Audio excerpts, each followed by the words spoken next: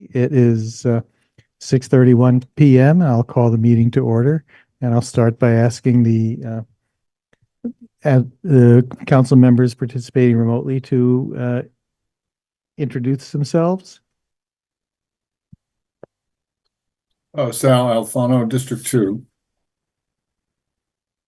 Adrian Gale, District 1. Carrie Brown, District 3. Okay, thank you. And Councillor Hurl is not going to be here tonight, which we already knew. So tonight I'll just briefly go over the meeting logistics. If you are joining us remotely, we would ask you to change your display on your screen to indicate your first and last name so we know who we're talking to. Anyone who wishes to address the council either in person or remotely must be recognized by the chair, and we ask you to limit your comments at any point in the meeting to 3 minutes.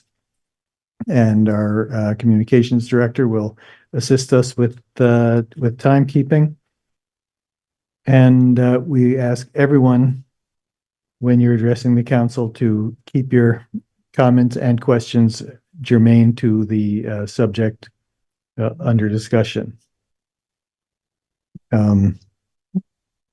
With that, I would ask if we're ready to approve the agenda. Is anyone have any changes they want to make to the agenda? Tim? Just like to pull a couple items off the consent agenda. Sure. Why don't we do that when we get to the consent agenda? Then Okay. otherwise the agenda's fine. Okay. I'll consider the agenda approved. And next item on the agenda is general business and appearances. This is an opportunity for any member of the public to address the council on any topic that is not on tonight's agenda. I'll take comments from people in the room and also people online. And again, we ask you to limit your comments to 3 minutes in length. Is there anyone in the room who'd like to be recognized? Yes, sir. Why don't you step up to the microphone, please, so that your voice goes out to the public. How you doing? Right now, my name is Taylor Brown. Right now, I currently live in Montpelier, shifting off another way. I'm on the homeless vets. I've been coming in this situation, dealing with identity theft. That's why I'm on the street. Currently, I'm being complained, or had a complaint hit me about my campsite that was approved by Legion, approved by county judge, and approved by Montpelier, while I'm waiting to shift back into my apartment on down street waiting list. First thing this morning, I got woken up, affecting my whole day while I'm before you now with complaints from the citizens of Montpelier where I'm camping at, even though it's worked out. So I'm here to understand where we can prepare things to be done. I'm supposed to be out of that situation next couple of weeks. That's why I'm here, Your Honor. Okay, thank you. Anybody else in the room here? Yes, come on up. Hello, my name is Aiden Ballantyne, and I'm here as a concerned community member. I recently learned that the city of Montpelier and cops showed up at the Old Elks Club and walked through people's homes, also known as tents. This action caused folks who were living there to flee. My question to the city council is, on camera on August 14th, 2024, 40 minutes and 38 seconds in, response from a Good Sam worker who asked if they don't want to go anywhere, what are we supposed to do? The city council's response was, this is not an anti-camping thing. How are we as a community supposed to believe you have the best interest of this community when cops show up? I want to remind everyone here that anybody can become homeless at any given time. We as a community have to do better. We need to include folks in community gatherings and focus more on food drops rather than calling the city council or cops for the sake of comfort of others. Thank you. Thank you. Anybody else in the room? Steve?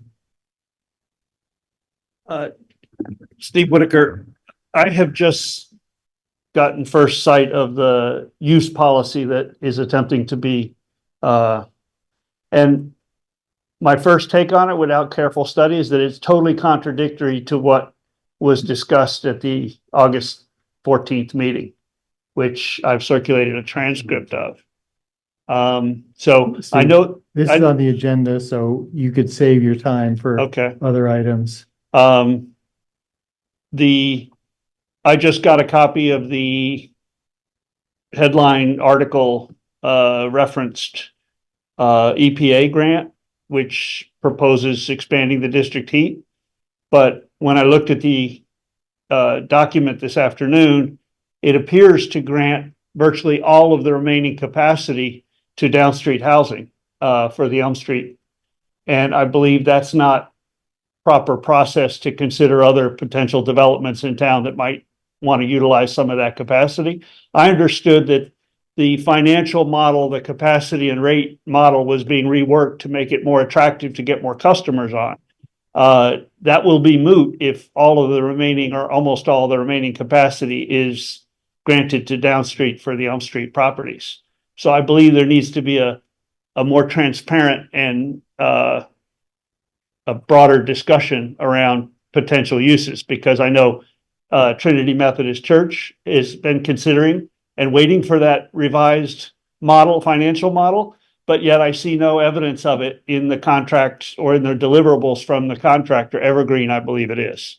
So Evergreen has not worked on a financial model, has not been asked to work on a financial model other than to review, half a dozen complainers whose data had gaps in it.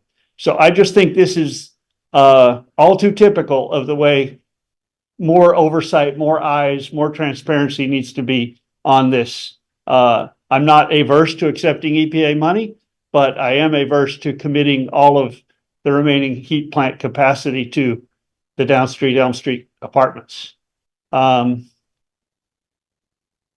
going to speak briefly about the School Street. Again, valves that won't operate, valves that are not readily identifiable have delayed that project by, and Monday was virtually a whole wasted day and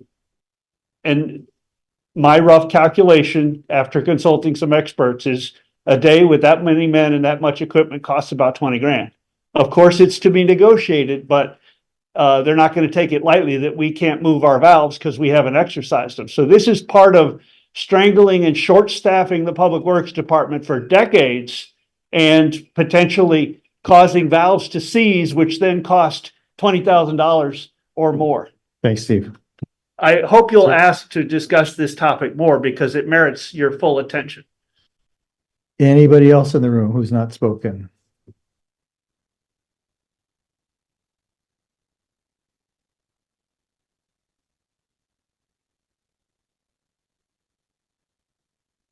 Hi, Hi. my name is Azula, pronouns are she, her.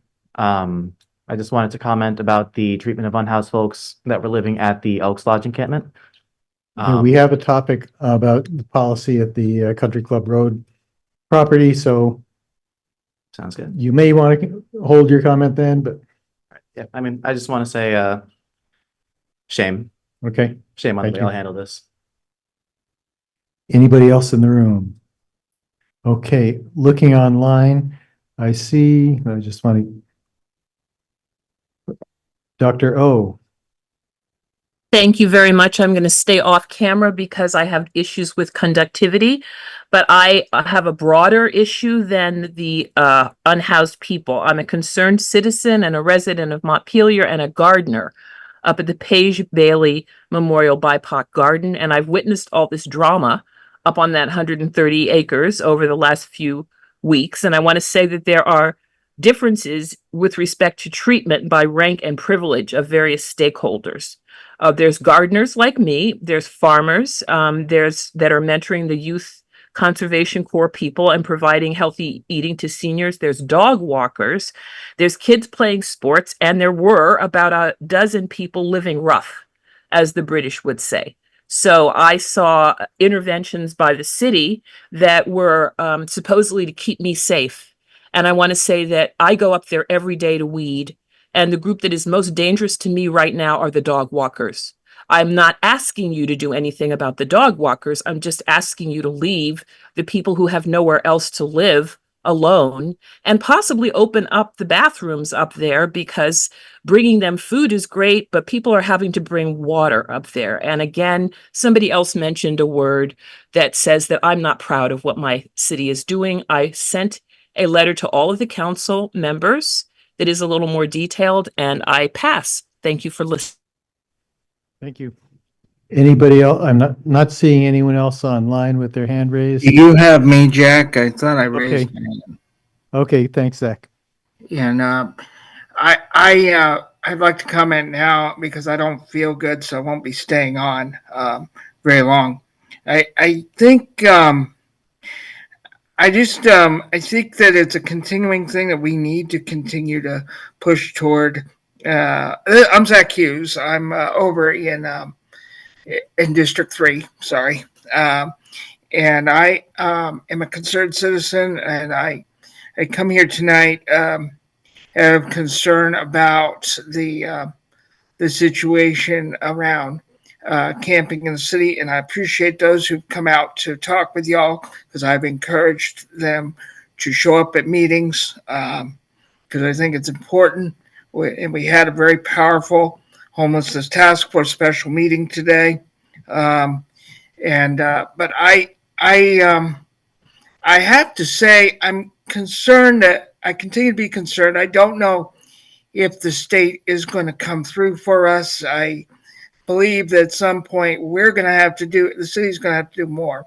I don't know what that's going to look like. And I remain very concerned about this. And I think this comes down to perception. And it's really important. I say this to bodies all the time. I say, listen, it's perception. So the perception might be that we're doing, these are like there's sweeps going on, even though the idea is we're saying, well, it's for safety, but there, and there is information that we don't all have. And sometimes all that, but I just want to be very clear that perception is one of the things that can lead to this, these issues. And I do appreciate that y'all want to do something. I just hope that we can continue to work together. Thank you. Thanks, Zach. I do not see anybody else. So we'll move to the consent agenda. I see there are a couple of items we've been asked to take off the consent agenda. One is item H, the composition of the housing committee, and there's another one, Tim? I'd like to take off B for the payroll and warrant approval. Also, I'm just curious about some detail on D on Wyndham Drive boardwalk, and I didn't see anything in the package. Okay, so we'll take B, D, and H off And I, the Oh. GMP fast charger piece for 12 and 16 Main. Okay. Anything else? Okay, the chair would entertain a motion to approve the consent agenda with the exception of items B, D, H, and I.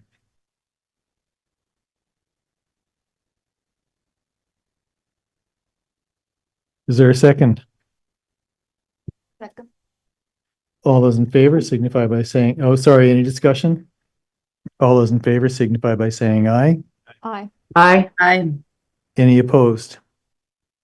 Okay, we've adopted the consent agenda with the exception of those items. Tim? B, just payrolls and warrants, just as an item to point out, is we're not too far from budget process. And that's, so within that, kind of went through, there are roughly 37 items. I assume this is the annual giving that we do, the charitable piece. Yeah, so I mean, it says 37 items, basically, most of them total about 107,000, and then you've got the $222,000 payment for the library. So we've got about 329,000 in this group of warrants for charitable giving, which I'm certainly not against, but it may be, as we look at tight budgets, I don't know if there's another way to do it, or, I know the community is generous and donates to these groups as well. I just think it's something we're gonna have to consider because the numbers are clearly really tight, that are coming at us. Yeah. Fair enough. Well, That's all. all right. And is there any further discussion of that item? Is there a motion to approve item B? Payroll and warrants. You move it, I'll second So moved. it. Second. All those in favor signify by saying aye. Aye. Aye. Any opposed? Very good. Next, bid approval for the boardwalk at Wyndham Drive. I had to look up where Wyndham Drive was, so, Well, I know because it was my driveway and I created it. So Ah, I'm okay. curious to know what is this? Kurt, do you know, are you the person to talk about this? Yeah. I think it's actually Parks. It's the connection Oh, okay. from this a property to Parks. So it'll be Alec. I'm not that familiar with it. Some.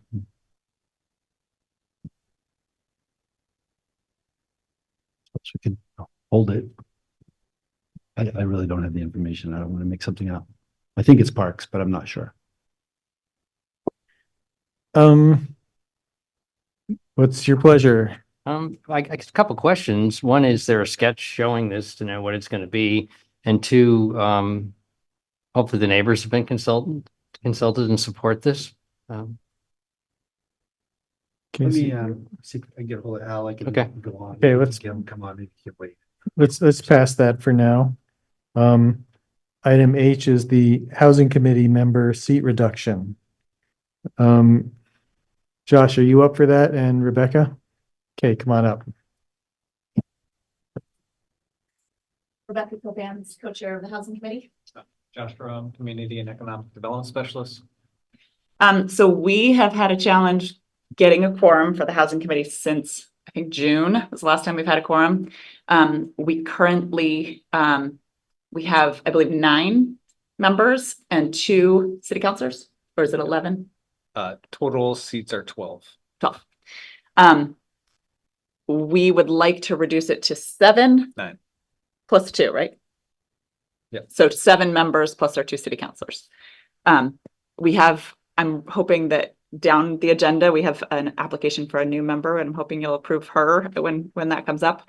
But we're really struggling to just hold a vote. We've had 3 special meetings to try to get enough of a quorum to hold a vote on the Housing Trust Fund, and we haven't been able to get a quorum. So it's really a struggle. How many people do you usually wind up getting to the meetings? Well, we haven't had a quorum since June. Yeah, so before that, we 5 had or 6. Yeah.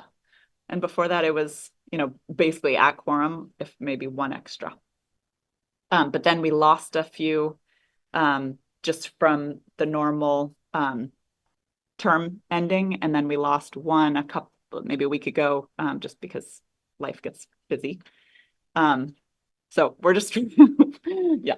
The other thing is that the preference for meetings has been to have a hybrid format to allow members the ease of participating in the public. And because of such a large group, we're limited in the space and the technology, right? The senior center has been the in-person space, but their technology for hybrid is not really set up for smooth meetings. So by reducing the number, we've had a sort of a conversation to be like, we could agree that we could use a manager's conference room and only half of the members would be in person, the other half would be online. So that is a better technology situation over there. So it'll allow for a smoother hybrid meeting. That's the other reason. Yeah, the month or 2 ago, and we had that meeting with the presentations from people talking about housing development at the senior center. I suspect that the people watching from home didn't get much out of it because it seemed like the mics weren't picking people up, and it really was not that good. Yeah.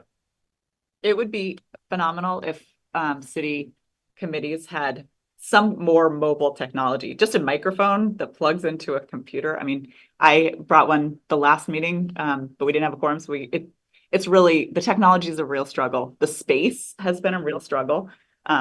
Just to find a space that will allow us to meet. I mean, I would be happy to meet in the hallway. Honestly, like it's really gotten really challenging, and it's frustrating as a volunteer committee to be dealing with such mundane issues like technology and just getting enough people to show up for a vote.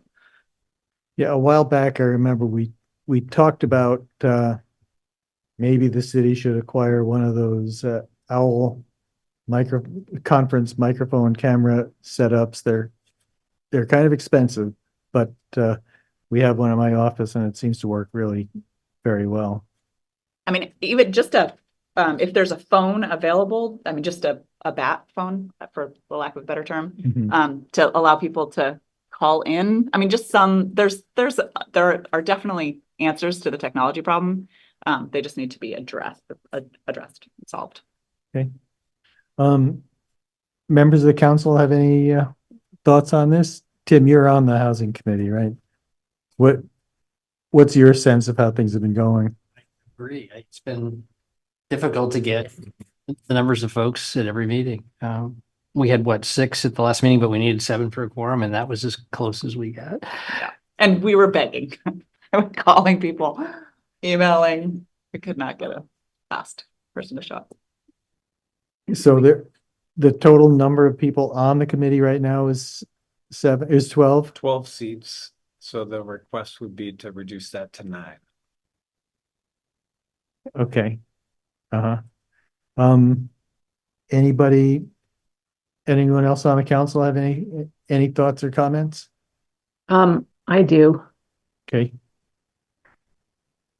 So my question is, and I know this has come up before, but it's about how we define a quorum. Do we have it actually written down anywhere, whether a quorum is a majority of the seats on the committee or whether it's a majority of the members of the committee? Generally, under state statute, it's for municipalities, it's a majority of the body. So the number, so if there are vacancies, those seats are not counted. So, Well, is that right? Is that what that means? Because that's how I interpret it in my state job situation where we have to determine a quorum, but sometimes the legislature will clearly specify one or the other. So we should be clear about how we operate. Because if a quorum is only a majority of the current members, then that might make things a little bit easier. I mean, I think this is a good idea to change the composition of this committee, but just as a broader question, we shouldn't be struggling with quorum because we don't have enough members of the committee at all. we'll get more clarity on that, but we've certainly always functioned that it was majority of the body. But we can check on that. Okay. Yeah, go ahead, Steve. Steve Whitaker. I would caution and ask that this not be a snap decision. I understand that I was at the last meeting, which necessitated looking over the shoulder of another member in order to, I don't think it's adequate to just spin a laptop. I think that meetings need to have full engagement. People need to see who's speaking, because everyone doesn't announce when they're speaking. And so I've been arguing that for a while, but on a broader perspective, I believe the Housing Committee has so much important work to do. You may recall, or some of you may recall, a year or two ago, I recommended that the Housing Committee take on the emergency housing issue because the homelessness task force is absolutely dysfunctional and has not accomplished a single thing they set out to do 5 years ago when I persuaded the council to create that task force.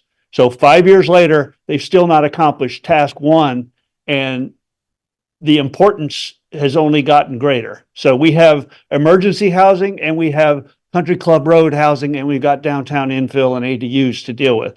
I believe I asked Rebecca this evening, how have you gone about recruiting to try to get some other interest groups, possibly from the unhoused committee, possibly from the ADU expertise, or, But there's so much work to do with regard to the Elks Club, defining what types of housing and how much of what types might go there, that I don't believe it's smart to shrink this committee down to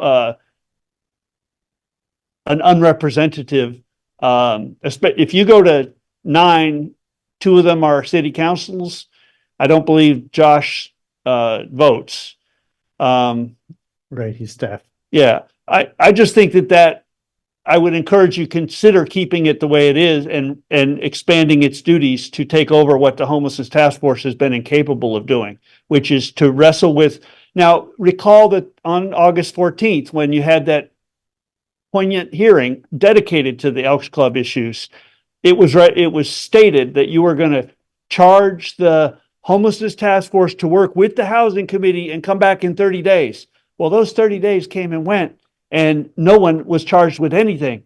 But you get the point that there's an emergency going on, and there's a whole lot of work to do from various price points and various points of view about the nature of how our second neighborhood is going to evolve. And I would be concerned that it gets too small and inbred. Thanks, Steve. Yes, sir. I actually disagree with his Hey, point. you tell us your name again? I'm Taylor Brown, Your Honor. I'm actually shifting into Vermont. I have an hearing in South Mount Stratton. That's why I'm here in the capital city. I'm going farmer. I'm actually legitimately ID'd that through VA. I'm H540 out of Sikorsky Aircraft UA. I'm first mall. I turned rich KC-130 aircraft. I know how to do a project. Their right to reduce, putting more people where your situation, being one of the homeless, because I don't care, it's just camping, I'm marine out fun.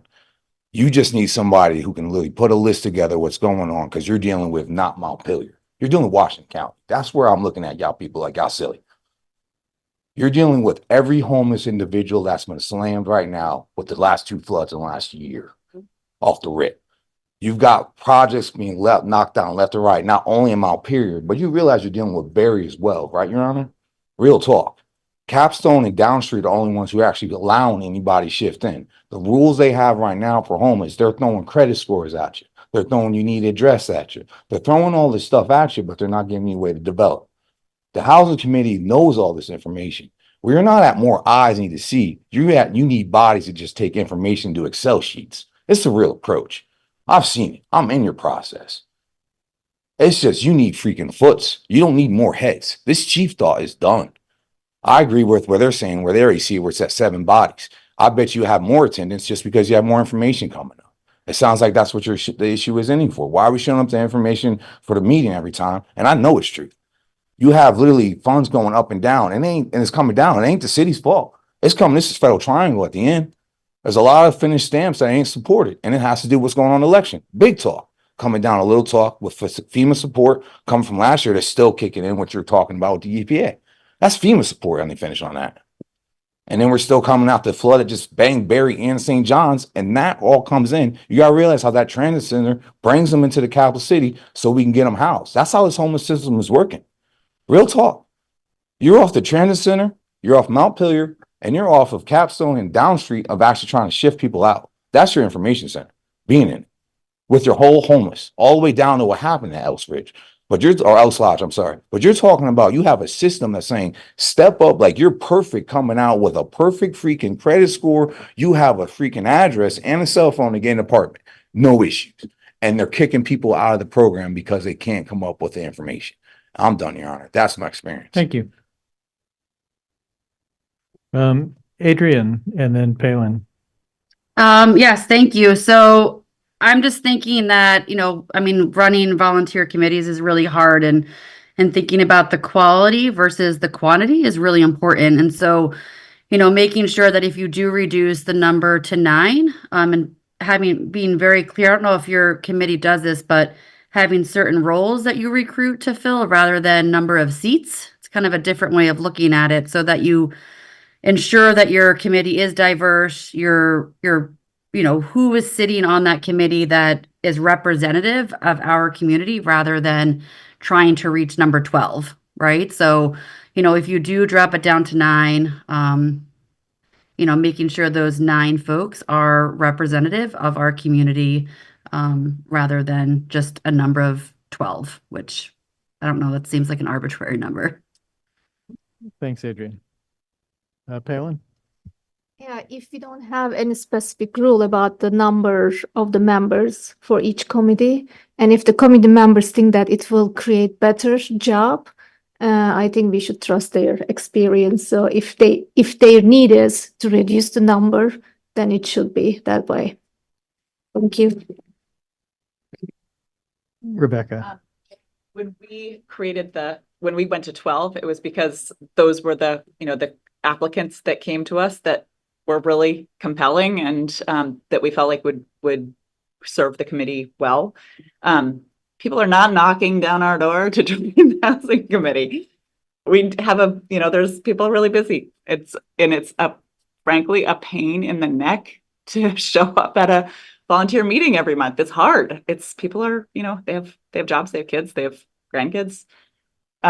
So the reason that the number is both arbitrary and somewhat not arbitrary. It's just who shows up and applies. Yeah, Tim. Kind of following our talk the other night too, if there is clarification that it's a majority of the number of assigned committee members, if we have like 4 vacancies like right now, if those don't count, then we could meet a quorum and be okay, if that clarification can be made. And 2, I think we talked about if it's reduced, we could also have alternate members. So if people want to participate, we'll certainly, they'd have the opportunity to be involved. Yeah, I feel pretty strongly, I would want to look it up, but I feel pretty strongly that the quorum is the majority of the number of people who are actually on the committee. So vacancies don't count towards, don't kill the quorum, but I think I would want to look it up to be sure. That'd be great to have. Bill, were you gonna say something? Okay. We'll get back. Yeah. I could do it. So I'm going to suggest we look at that, get a clear answer, and then maybe take it up at the next meeting.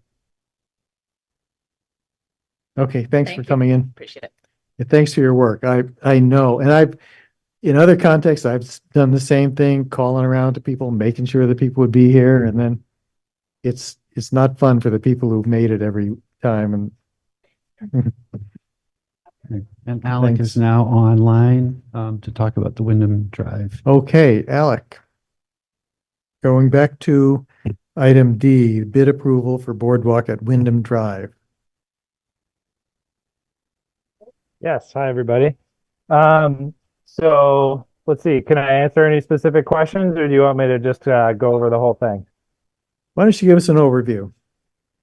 Sure, yeah. So this is part of the Hubbard Park expansion project going back several years. The city purchased Wyndham Drive, which is a formerly private drive, gravel road, along with the 78 acres, which was a combination of 2 parcels. And there's a vast informal trail network on those parcels. And when we did that project, one of the big interests in among the community for adding that land to the park was providing better neighborhood access for the Park West neighborhood. And so we explored a number of options, and the one from Wyndham Drive was the most feasible one. And so we need to cross a stream in order to access the main trail network. And this boardwalk is required to cross that stream from Wyndham Drive. And is that simply a pedestrian and bicycle way? Yes. Mm-hmm. Okay, and Tim had a question about whether you talked to the neighbors about this. Yes, the neighbors are aware.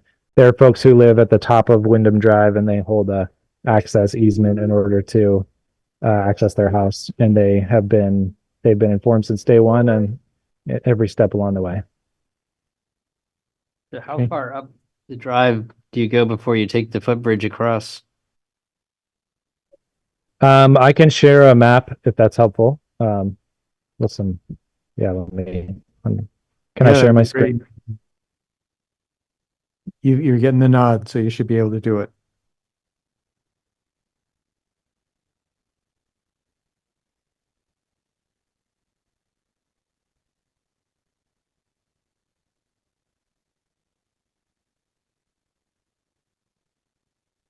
Ah, here we go. All right, so this is a big picture map.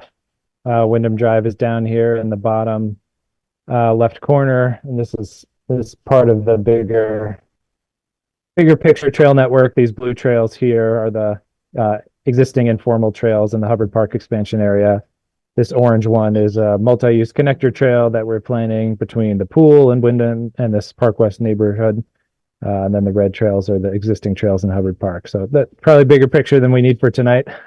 But can you see the tabs as I scroll through? Now, can you see a smaller? Yeah, okay, great. Yep. So let's see. Let's scroll down here to a larger map. So yeah, this is Clarendon Avenue right here. This is Wyndham Drive. This is the house, basically where this pavement ends is where the property line is, and the boardwalk is right here. So come up the drive and go across the stream right here. This is the site plan.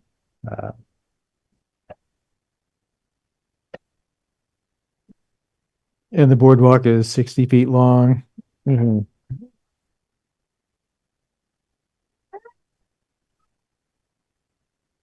Okay, do you have any other questions, Tim? I guess just a couple of thoughts. So, I mean, this is a drive to somebody's home and, I would go up. I mean, you're going up pretty far up. Is there a way to go up a little less far and cut across? Just in terms of being fair to people. And the other question I have is just about maintenance of the driveway. It's been someone's driveway and they've taken care of it for years because they're the only ones who used it. But if it's now a public way, does the city end up having some responsibility to maintain it? Yeah, so about as far as how far we go up the driveway, we went only as far as we needed to get past the parcel that is on Clarendon Ave. So we're going at the lowest possible point. I would Okay. say it is an improvement over the alternative, which was to go right up the stream, right by their house, which the city owns all of that land, and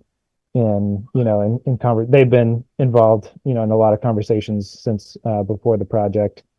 Before the city bought the land, and this was something that they were fine with, and it seemed like a good option, good way to go. And then the second question about city maintenance of the driveway. We have also discussed that with the landowner. They're fine maintaining the plowing of the driveway. We have added material and regraded it once already since the city owned it, which is a fairly routine thing for us to do. I have informed them that we're open to plowing it, up to their paved private property. We're open to plowing the city portion of it, certainly.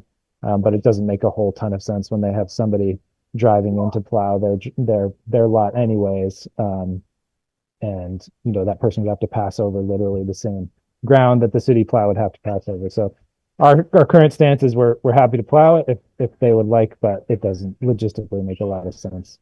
Okay, Sal. I'm just wondering if you anticipate this increasing traffic or parking on Clarendon in the vicinity of the access. Yeah, so that's been a question that we've addressed since the project began. Obviously, folks don't want to see more people parking in front of their house, and our position on this project has been always that this is a neighborhood access, and so Alec, if you could keep your voice a little higher, that would be helpful, I think. Oh, yeah, sure. So yeah, is this better? Yes, it is. Yes. Okay, great.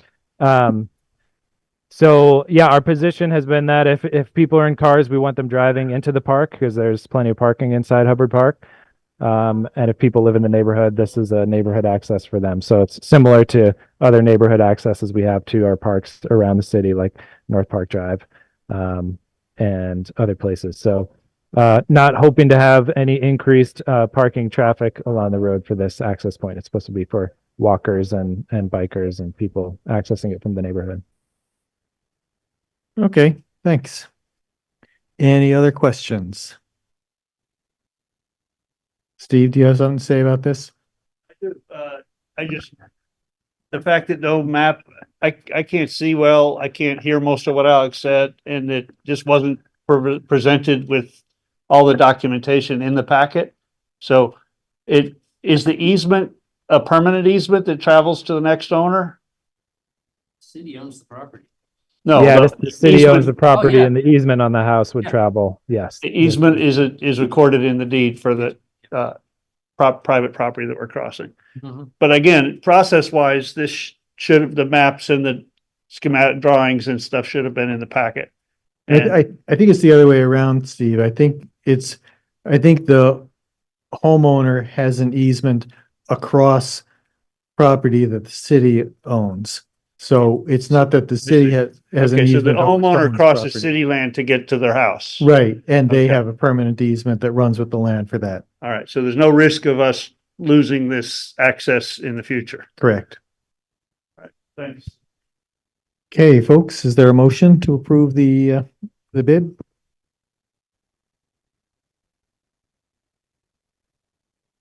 Is that a motion? Yeah, so moved. Is there a second? Second. Any further discussion? All those in favor signify by saying aye. Aye. Any opposed? Okay. And then now the GMP DC fast chargers. Same question, no maps. Where's it gonna be? Because we're trying to sell a lot over there. And my fear was we're putting it on the lot we're trying to sell, which already has a lot of complicating factors. So it's actually, they're gonna be in the parking lot behind that lot, Okay. which is not initially what's up for sale. Right. We realize we may end up having to negotiate about the use of that lot, but it'll only be taking up 2 parking spaces in, it's 2, they'll be creating 2 charging But spaces. they're, okay. Yeah, on parking spaces. It's that address, but it's different lot. It's not on the 7,800 square feet we're That's for selling. selling. Got it. That's the question. Good question. Very good. Okay, is there a motion to approve that? Okay, I recommended, again, a year or two ago that we consider our bridges as more convenient downtown location because we can wire them from the bottom. And I've seen nothing about a public process for deciding where these chargers should be. And I know that lot has problems. The trucks that come in there and get stuck trying to deliver to Avishans because the turning radius wasn't designed. That whole backside of that lot has to be removed. The parking kiosk has shifted and tilted. It's not a well thought out location when considering all the other options in town for where electricity is available. Are these 3-phase? Do these require 3-phase power? You don't know? I don't think so, because we're putting some in a place where I don't have 3-phase. Are these level 3 or level 2? No. these are DC fast chargers. That's level 2. I mean, I think we need a plan, especially that V-Trans has got millions for this. I think we need a plan for where our chargers should be distributed around town, similar to public restrooms. Imagine that. Thanks, Steve. Is there a motion to approve the DC fast charger agreement? So moved. Is there a second? I'll second. Thanks. Any further discussion? All those in favor signify by saying aye. Aye. Any opposed? Okay, we are done with the consent agenda. On to our next item, which is an appointment to the Design Review Committee. And we have an application from Rebecca Owen. Oh, let's just mention we have a couple of appointments. Rebecca Owens to the Design Review Committee and Harry San to the Housing Committee. Are either of those people here or participating remotely? I'm not seeing the names, but I'm scrolling through.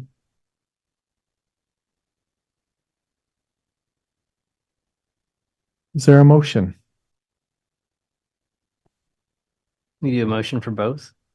Yeah, we can Okay. do it for both. So Rebecca Owens is a reappointment, correct? Yeah. So move to reappoint Rebecca Owens to the Design Review Committee and to appoint Harry San to the Housing Committee. Is there a second? Second. Any discussion? All those in favor signify by saying aye. Aye. Aye. Any opposed? Okay, that gets us to item number 8, responsible contractor policy. Okay, we've got a big crowd here. Let's skip to item 10, Country Club Road use policy. Is that you or Kelly? It's Kelly, but I'm gonna quickly start while she's getting. Okay. So the history of this, some may remember last year after the flood, there was a request to have a concert at Country Club Road, and there were a lot of logistic issues. We ended up having it on State House lawn, which worked out fine. But I think at that time we collectively said that really isn't something we ought to be doing there. It's not really set up for those kind of things. And we said we should have a policy for the types of things that are and are not used. And we began working on that, but obviously we had flood cleanup, we had budget, and then for a while FEMA was going to go in and put housing there. So we sort of stopped working on it. We got through budget, and for various reasons, this has never been at the top of the list. So this is really finally coming in with CCR use policy. It isn't particularly driven by current circumstances. So we've always, we have a no camping policy in all of our parks areas. So that was included. But I just want to be clear, this wasn't in a specific response to this situation, but obviously it is pertinent given what's going on. So understand there'll be discussion about that. But Kelly did the lion's share of the work. So I'll have her walk through it and then we'll take it from there. Everyone. Working on it, Steve. Thank you. Kelly Murphy, Assistant City Manager, getting the microphone set up here. And then I'm going to go ahead and just share the screen here so that I can kind of show the policy that's in draft form is also available on the website. I think everybody can see that, correct? Great. Okay. So essentially, Bill just teed this up and went over sort of the history of what has prompted this use policy. This is something that we've been, thinking about for quite some time. We had intended to bring it forward earlier than this, but just, the course of events have prevented us from doing so. And so looking at just the permitted uses, these are permitted uses that have been generated based on current use at the facility. And so just walking through them quickly, we've got passive recreation such as hiking, walking, jogging, adult and youth sports, community gardens, educational programming, picnicking and gathering, hunting and fishing as permitted with state licenses, and then limited events as reviewed by staff for public safety requirements and approved by council, and then general maintenance of the property. And so just in a general sense, those are the items that would be permitted if this were approved. And then moving on to prohibited uses would be things such as motorized use of vehicles with the exception of maintenance vehicles or city personnel vehicles, emergency services and the like.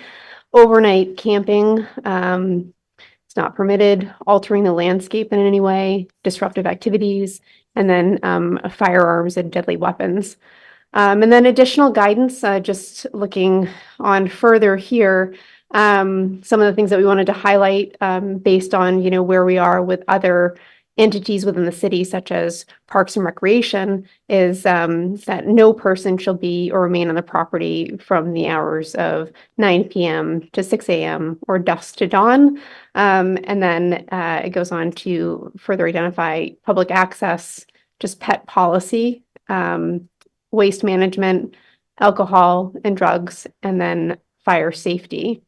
And so this would be enforced based on what's in the policy, and, looking at any violations that may occur with existing staff. So that's the policy review here. I'm happy to take up any of the items for discussion, and I'll just leave it there.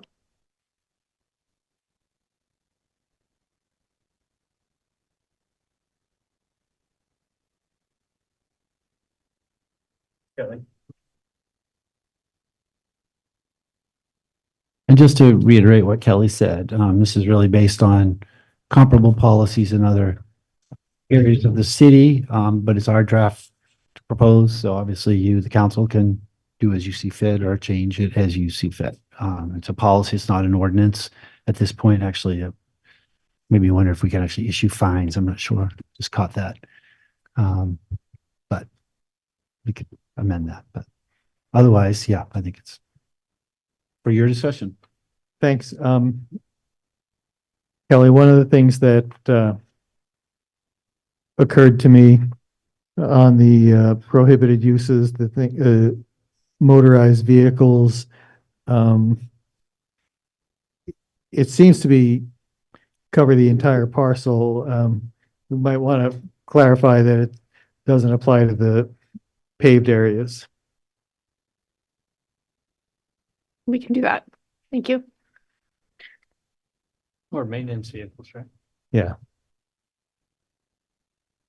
But it does say except for authorized city personnel maintenance or emergency purposes, yeah. But obviously, we want people to be able to use the parking lots. Your lot, yeah. Council members, any, oh, Carrie. Thanks. So I did kind of compare this side by side with the Hubbard Park rules, and so I could see that that's kind of where they came from, and they really do mirror the Hubbard Park rules with a couple of things that are different. I mean, one is the specification of hunting being allowed at some times, which I think is good because that is something we discussed as wanting to allow it to happen up there. The other thing that is different, or one of the things different, is the banning alcohol up there. Alcohol is allowed in Hubbard Park, and I wondered what the rationale was for not for prohibiting it here when it's allowed in Hubbard Park. I think some of the items that, for their prohibitive uses have come from experience on the property. And so we have had some instances where there has been, open use at that facility that's not permitted, and unfortunately has led to some, behaviors that, are not ideal. And so if council were wanting that to mirror what is allowed at Hubbard Park, we certainly could amend that. We were bringing it forward just in terms of, what we're seeing at that property and what we have for current use. So we could certainly be consistent. And are you set, Carrie, for the moment? Okay, thanks. Adrian, and then Sal?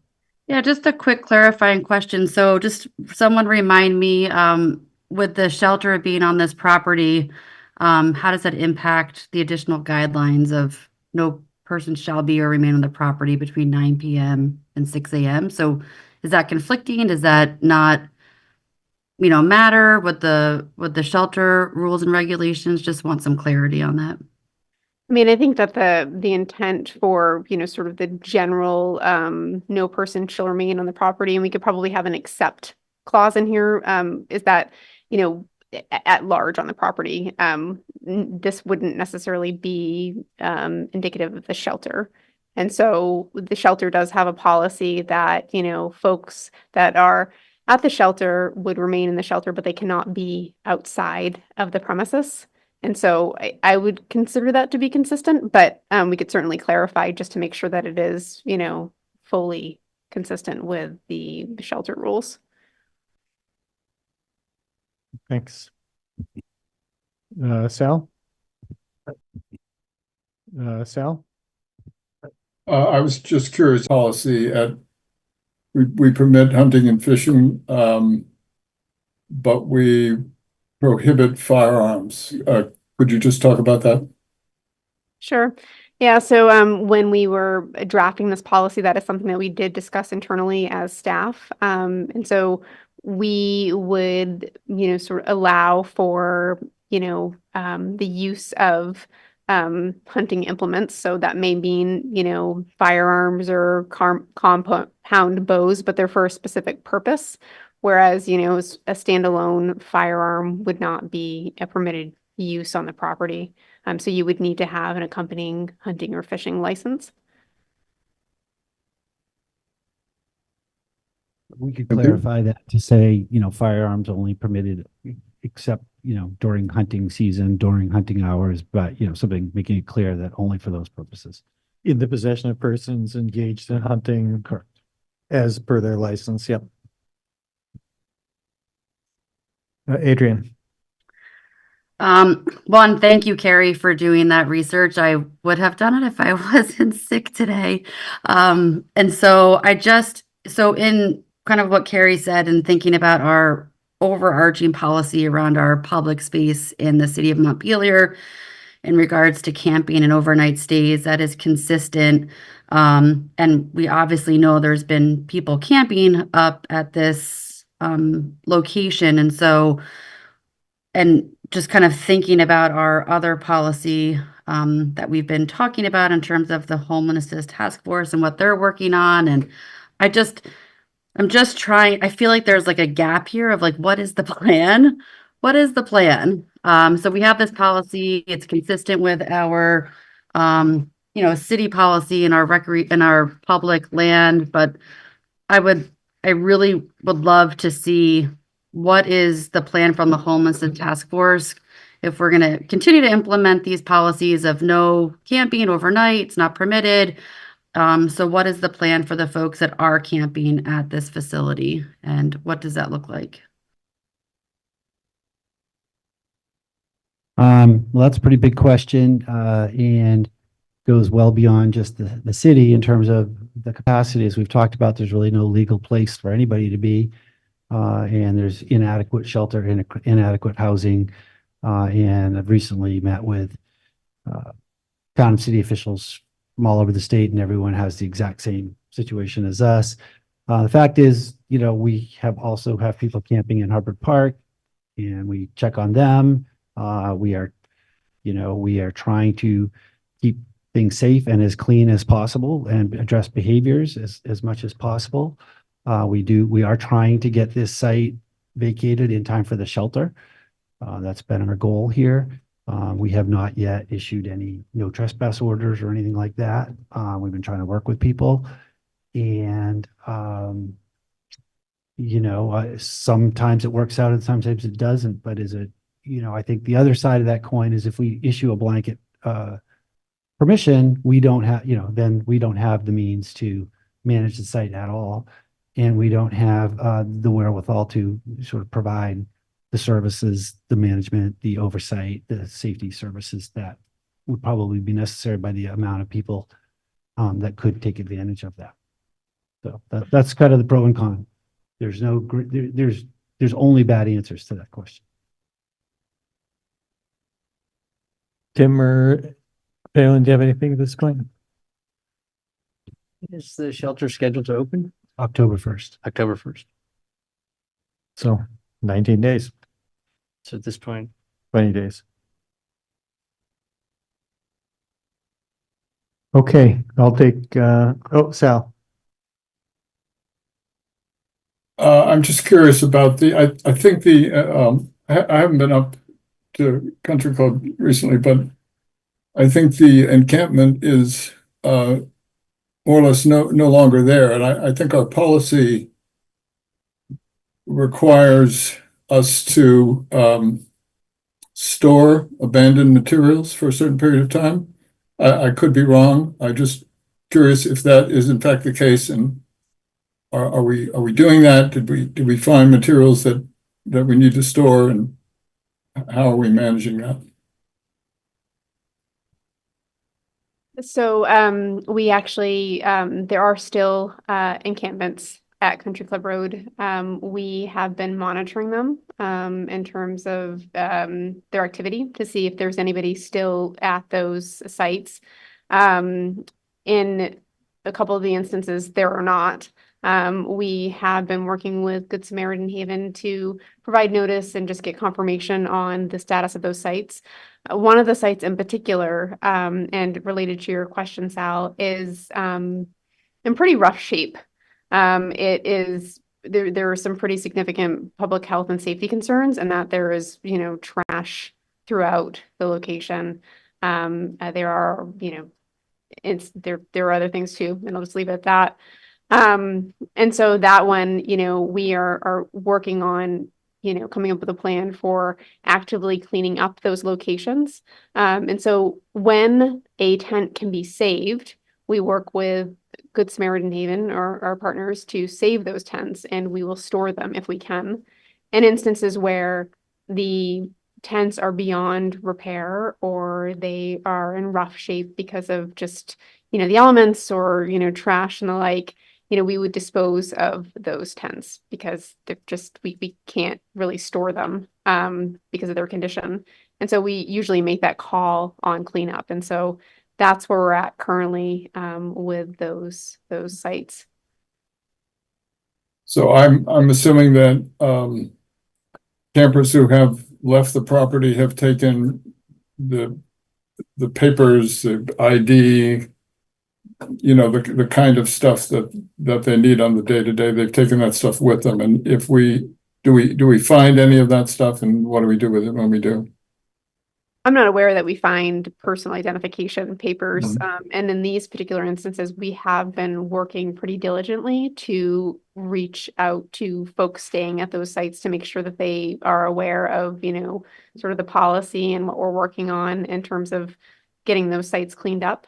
And so, I'm not aware of any personally identifying information or, belongings that, folks would need of that nature. But certainly if we did come across something like that, we would hold it. But for instances where, they are in such a state that, we can't keep them. Is it mostly tents, or are you finding other personal property that you think might be something that people want to have stored? It's mostly tents, and there, could be maybe, well, it's mostly tents. I mean, there are other items that are up there, but they're not necessarily, it's not like they've got somebody's name on them. Mm-hmm. Okay, I'll take comments from the public. Steve? Yeah, I think this is a bigger issue than you can fit possibly into 3 minutes, especially how this seems like a superb manipulation to outlaw the homeless, and it's strategic, and it's not even thinly veiled. And the need for emergency housing and the admission from Good Samaritan that they can't meet our needs, to pretend that these folks are all going to fit in the shelter at Good Samaritan is folly. And they've admitted as much. They cannot come close to meeting the needs of Montpelier's unhoused population. And yet you're pretending la la land that's our solution. And all we need to do is, pack them into the building. And what if they go out to smoke after hours? Is it locked? Is it a jail? But the site that was trashed I was told, I was up there the other day and I took photos, and they're pretty gross, that particular site. It's the same folks that had ruined the Confluence Park and had been run off of the camping at National Life, steered by our social worker, right? And created big disruptions up there, and basically has resulted in everyone who's up there being told to leave. Good Samaritan was hoodwinked and tricked and manipulated into providing some notice to those folks that they had to leave, but that's not the way our encampment policy is written. The city has to provide written notice to these encampments, and it didn't do that. And just the idea of, you will end up in court if you try to trespass people from public property when you don't have shelter space. So you need to get a plan. The city is obligated to get a plan for where are we going to allow people to be. And Sal's memo, everyone should read it. Sal's memo in response to Carolyn Ridpath, I think, on the homelessness task force, laid out the only reason we're not going to allow camping anywhere is because we're then responsible for providing bathrooms and trash removal. So my point is that this is an urgent issue that has not been dealt with by the homelessness task force, by the council. The council did say they were, more than 30 days ago, they were going to put a fast track on getting this plan together. And what have you done? You've done zip. You've allowed your staff to continue to clamp down and try to run people out of town. And that's just, it's irresponsible, it's inhumane, and it's a disgrace. Anybody else in the room? Uh,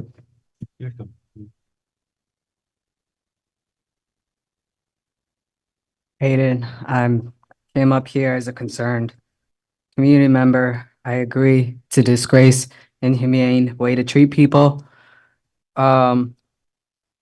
Any one of us here can become unhoused at any point. How are we as a community are going to believe anything that the council says that is saying they're looking for this community's best interest, but then show up and add policies and show up at people's homes with the police task force, walking through people's homes, AKA tents. I'm quite sure if we did that at your house, you'd be upset. It's inhumane, disgusting, something to be shameful. I would like to see the community concentrate on food. Hold on, I lost my place. I get nervous when I speak. Give me a minute. We need to include folks in the community gatherings and concentrate on food drops rather than calling the city council or cops for the sake of comfort for others. Let's decriminalize this and work with folks rather than pretending that we have their best interest and then our action shows otherwise. Thank you. Yes. No, I'm good. I was just agreeing on him. Oh, okay. I thought you were raising your hand to be recognized. Okay. Thank you. Good evening. Thank you, Aiden and Steve, for saying something. My name's Nolan Carver. I was recently privileged to join the homelessness task force. So I was having this conversation with the Parks Commission and the Conservation Commission as well. Sometimes these issues overlap. It occurs to me that we're at a crossroads in the history of the city of Montpelier. It occurs to me also that we're at a crossroads in terms of our community integrity. I believe that this can be an opportunity for the capital city to lead Washington County, the state, and even the nation.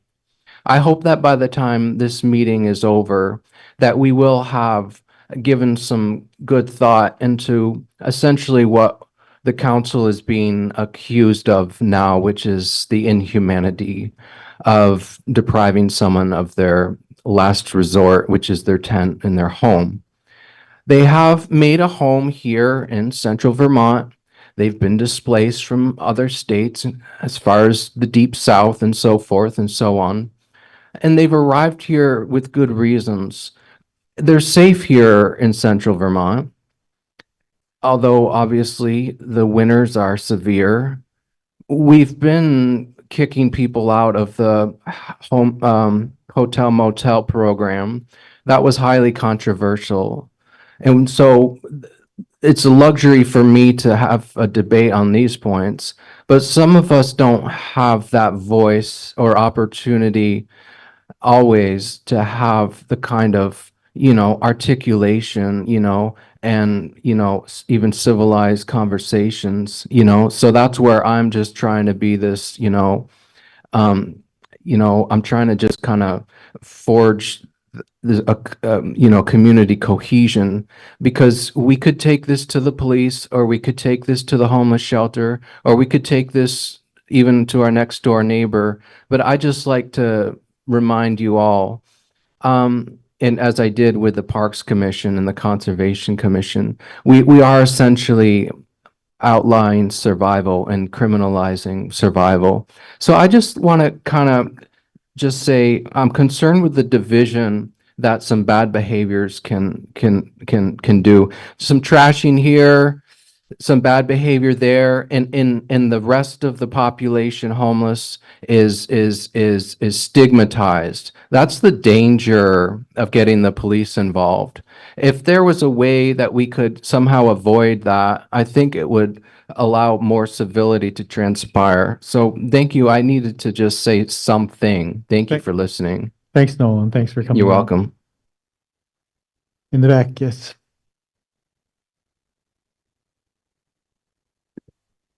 Can you hear me? Yes. So my name is Sindhu Connolly. I'm a Montpelier resident. I'm somebody who does use the space for community gardening up at Elks Lodge. And I haven't I haven't noticed the campers as something that's negatively affected me and during my experience up at the garden. And I've always seen it as an issue with what's happened with the floods and what's happened historically, at least in America, displacing people. And I just wonder if we kick all these people out, where else are they going to go? It's kind of like shelving the problem to have to deal with it later.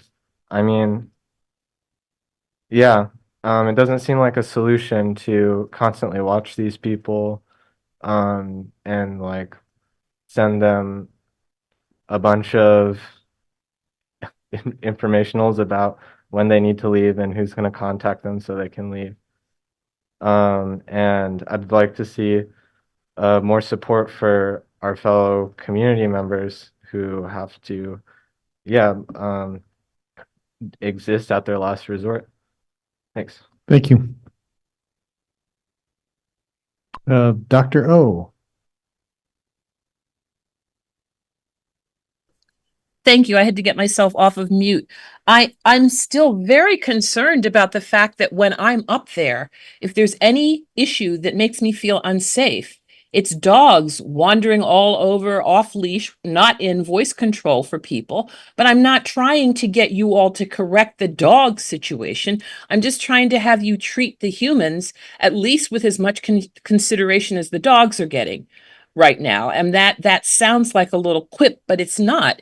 Actually, I watched the whole conversation about Hubbard Park, and there was a lot of resistance to anything that had to do with playing nicely across all these different stakeholders. So as a stakeholder with different needs than the dog holders, I don't like the fact that they seem to be ranked higher and that the homeless seem to have no say at all here. I don't see why, with 19 days is a long time, we can't find a way to open up those bathrooms. And if you have a dirty site over there, it's because people don't even have water. They don't have access to water. So camping seems like a reasonable temporizing method. I know the legal issues about what if something terrible happens? What if I get bitten by one of these dogs that come charging up at me? I've had 3 out of 4 days where dogs have charged up at me and their owners are like, oh, I'm so sorry. I'm so sorry. They don't usually do this. Okay. So I'm just being very real about there's one group here that's being demonized, but there's a lot of different people who just really all need to play a little nicer together. That's my thought. And the city could help right now. Trash and access to the toilets. I hear that you can't open up the shelter yet, but when you open it up, it's still not going to take care of this problem. There's too many people. Thank you for listening. Thank you. And I do want to point out that there is a pet policy as part of this proposed policy, which requires pets leashed or under voice command, and we'll see how that works. I'm not persuaded that everyone who thinks their dog is under voice command actually is, but I was told that one person had seen only one dog, somebody who's up there all summer had seen one dog truly under voice command. And I wanted to also add that what Nolan said, only 4% of our homeless came from anywhere else. Only 4%. Everybody else lost their housing while they were Vermonters with a capital V. So please don't spread that particular misconception. Thank you. Thank you. Okay, council members, where are we here? Kelly, maybe you could unshare so that we can see each other. Thanks. Oh, do we have another person? Okay, come on up. Name's still Azula, pronouns are she, her pronouns. I just want to comment on the way that y'all have handled the encampment at Country Club Road. Last month, y'all said a variety of things such as like, this is not an eviction, etc. This isn't anti-homeless, all that. I don't know. Speaking to campers this month, they were under the impression that, you know, last Friday, if they didn't leave, the cops would be called on them. And that to me sounds like an eviction. Like, just everything about the way that y'all discuss the encampment on Country Club Road at Elks Lodge has been extremely dishonest. You've repeatedly shown that the people of Montpelier and Washington County in general cannot trust you. And it seems like your solution to any flavor of poverty or struggle is like, just send the cops after them, or use good-hearted people who have good intentions at Good Sam as the intermediary to do the dirty work for you. That's disgusting. There's some great people working for Good Sam, and they're made to be the ones that deliver the, hey, you have to leave or you're getting arrested. That's not any better. So here's a little solution. If you don't have a place to set people up with somewhere good to live, stop sending the cops after them. Stop pushing people from where they're living. It's been repeated several times this meeting. This is folks' last resort. People are trying to survive out there. They were taking pretty decent care of the sites that I hung out at. And it's just time after time, site after site, they get pushed around. Doesn't matter if they're doing anything. Frankly, if someone is trashing a site, I don't really care if y'all are pushing people out of their tents. That's disgusting. Y'all should be ashamed. I don't know how you sleep at night. I hope it's very tumultuous and not restful at all. Y'all disgust me. Goodbye. Thank you.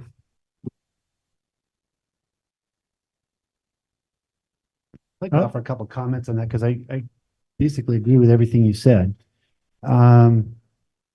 You know, the point that you raised about who goes out to see people, and it kind of goes to what we've been saying over long, is that we don't have the capacity, the resources. You know, we're going to be talking about budget. It was suggested that we look hard at the funding we give to social service agencies that help provide these services, right? Because of the impact on taxpayers and others. So our police are going because they're the only people we have. And largely it's been the police chief or the deputy chief to check on, see how people are doing and to see if just what the numbers are. Are people there? Are they not there? What's going on? I'm not aware, and the chief's here who's been doing it, that they've been going into people's sites. I think they've been trying to talk to people and see how they're doing. We haven't, unless someone has committed a crime or through their action, we haven't arrested anybody. We haven't issued no trespass notices. We've been trying to see how things are going. We are very sympathetic to the situation. And we don't have the wherewithal. So Good Sam, we pay them money to help do exactly what they're doing because they are our representatives in that situation. So I understand that you feel we're sending them to do the dirty job. That is our contractual relationship. That is what they do for us. So I appreciate that concern. You know, I've been up, Kelly's been up, we've looked around to see nobody. It's hard. On the other hand, we cannot handle, if we were to say, fine, camping's okay here, and this isn't meant to be pejorative, but you all know how many people would be up there. How big would that encampment be? It would be hundreds of people. And you know the types of issues that could occur and our ability to handle that situation. So how do we manage it in a way that people are safe that are up there, that we have a situation that we can keep under control if there were a call. And it's very difficult. You know, I'm actually working on this, as I said, with other communities. In 2020, the point in time survey, which I completely agree is not, totally correct. But at 2020, there were 1,100 unhoused folks in Vermont. In that same survey this year was 3,500 people. So the problem is, almost quadrupled, 3.5 times in 4 years. So, certainly COVID, floods, all sorts of things. It's not just Montpelier. Everyone's dealing with this, and no one in these local governments we have a half-time social worker who is shared with Barry and with Washington County Mental Health. We don't have any other folks in those capacities. So yes, our police and fire are our first responders. They get called to these scenes because there just is no one else. Our public works people who are supposed to, be plowing our roads and doing road projects have had to clean up unsanitary messes to the point that we've now had to hire a contractor to do that. So we are using the resources that we have to try to address this in as safe way as possible. We also hear from a lot of people about folks that live in the community that also feel that they're not able to access property because it's been taken over. And so we've got to balance that. People are paying their taxes, paying their fees. They want to use a bike path. They want to use the park.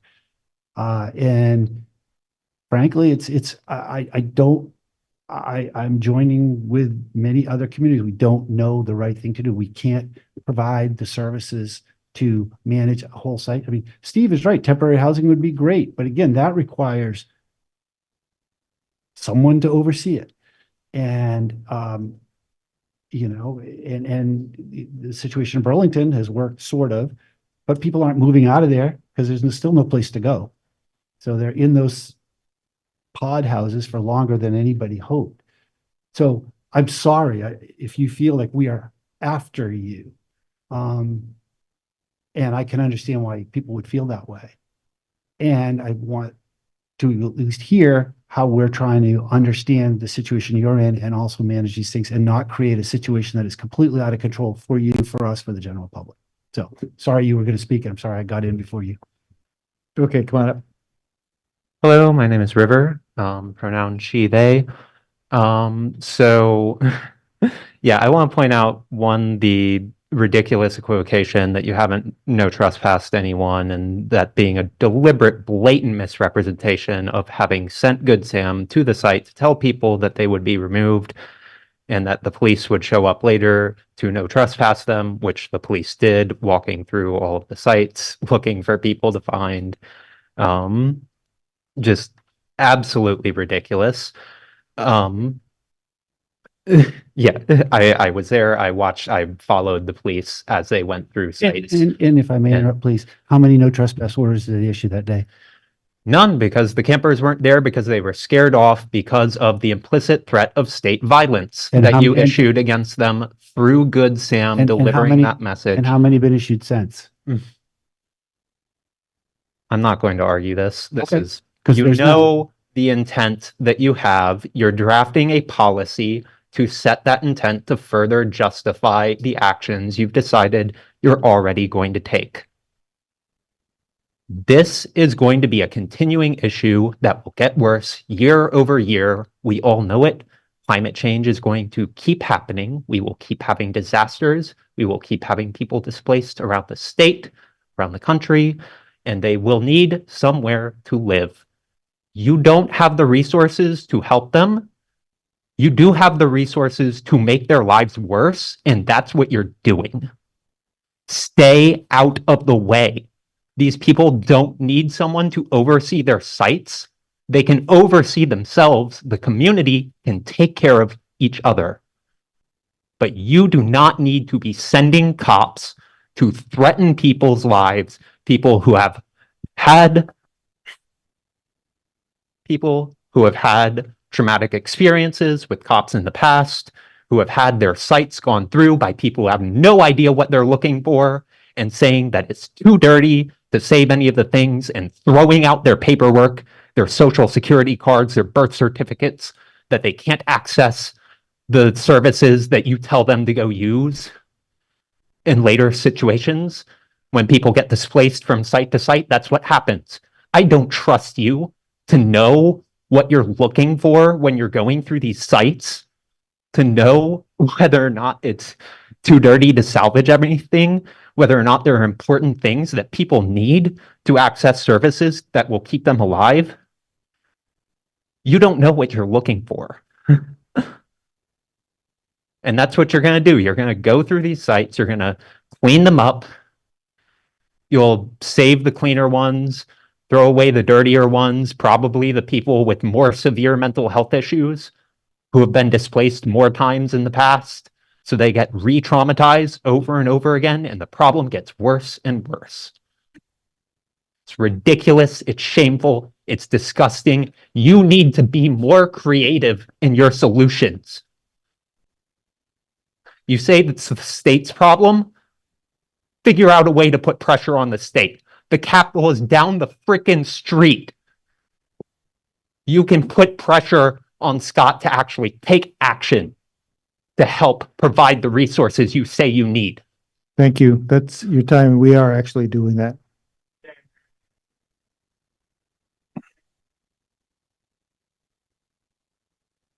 Can I close with a very brief? There's someone else speak, and you've already spoken, Steve.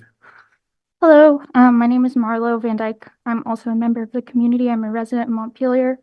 I spend a lot of time up at the Elks Lodge property as well, at the community gardens. And I would just like to add my word that, like others, I feel like I've been respected there as a community member by the people who had camped there in the past.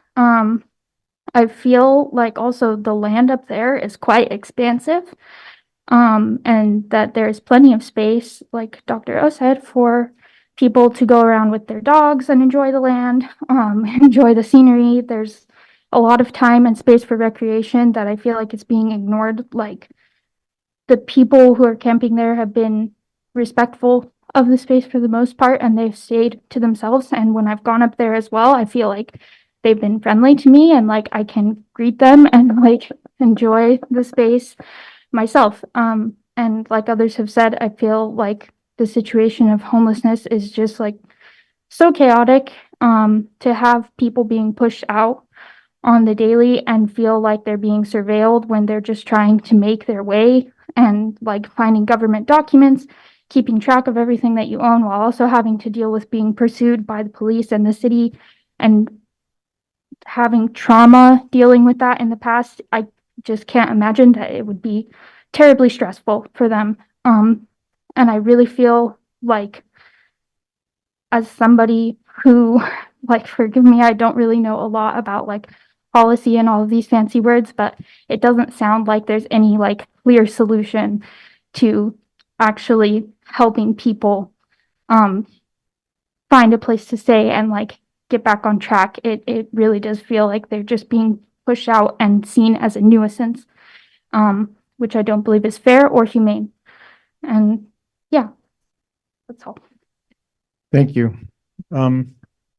Folks, council members, where are we here? We've had a proposed policy. We've had some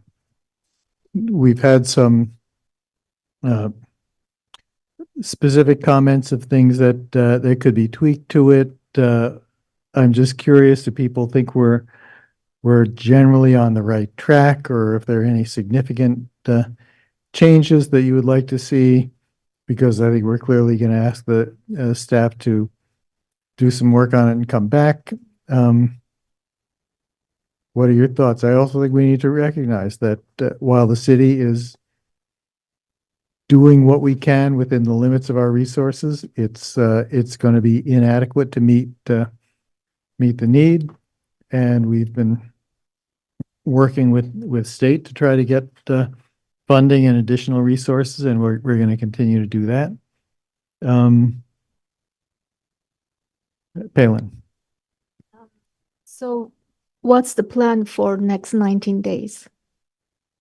Is there any specific plan to support our community members, at least like that next 19 days?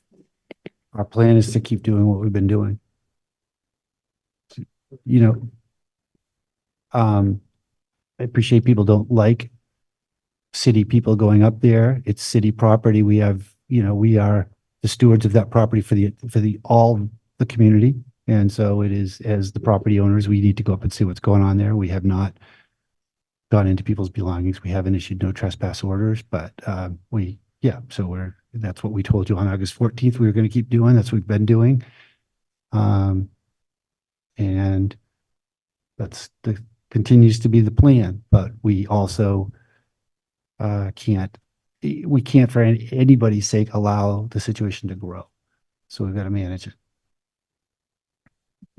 Adrian. For the past month, maybe month and a half, I'm fairly new to city council, but we've had a lot of folks come into our meetings and fill up the chambers. And this is obviously a hot topic, and it's not going away. It's something that we really need to discuss and strategize around. And I know that you all have said you've been talking to the state, you're working with partners. I would love for there to be a call to action for all this energy that's in the room, for community members that I talk to every day. You all are, working on, trying to, work with your partners, but what could we do? What could we do to help? What can the folks in the room do to help? How can we use this energy in a very productive, strategic way? And what is that call to action? What is that change that we're looking for? We know that the city of Montpelier can't, support everything. We can't build pods. We can't, we just don't have the money and resources to do that. But what should we all be asking for? And I feel like that's something that I'd love for the city to, guide us. And with all your discussions, all the meetings that you're in, what could we do to help support you in your conversations for, asking for resources or policy or, whatever it is that you're seeking. I feel like there could be a whole bunch of people supporting you, but we just need to know what that is. Yeah, there's a list, actually, the group that I'm talking about, we're meeting tomorrow, and that's exactly what we're trying to come up with, is a specific list of asks, very specific, whether it's funds or use of land or buildings or, funding to local governments to help support us, or whether it's ramped up services or short-term housing. There's quite a list, and we're honing that down. It's basically every city or town in the state that has, of any size, that's having folks, trying to figure out how best to serve these folks and their community at large. And yes, we're going to be, I don't know how we're going to be approaching the state, because there's a different, we're working that out, what the best approach there is, but there will be a very specific ask of the state in a pretty direct way. And it will be really soon, within a week. Yeah, we've already heard from you. Other comments from council members? We can simply ask Bill and Kelly to come back with some revisions. Should those revisions essentially be tweaks to the policy as it is, or are people interested in seeing anything more major?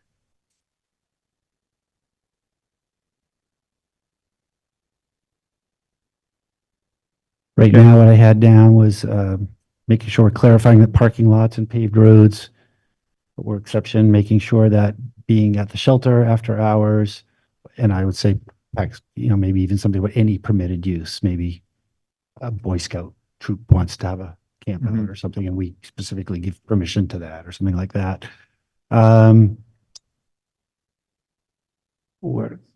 There's something else. It was something about the clarify on hunting. That firearms only under specific hunting circumstances. Those are the three items. And just a point of clarity, where are we at on alcohol and drug use? Do we want to have the alcohol use mirror what is in the Hubbard Park policy, or do we want to stick with what's in the policy currently as drafted?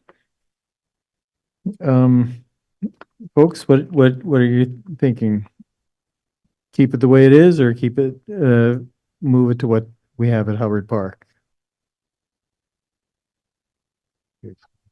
Carrie, Yeah, and I mean, I wouldn't want it to be different from how it is in Hubbard Park unless there were some really different circumstances there. And so I'm not sure how I feel about that, but I feel like we need to really answer that.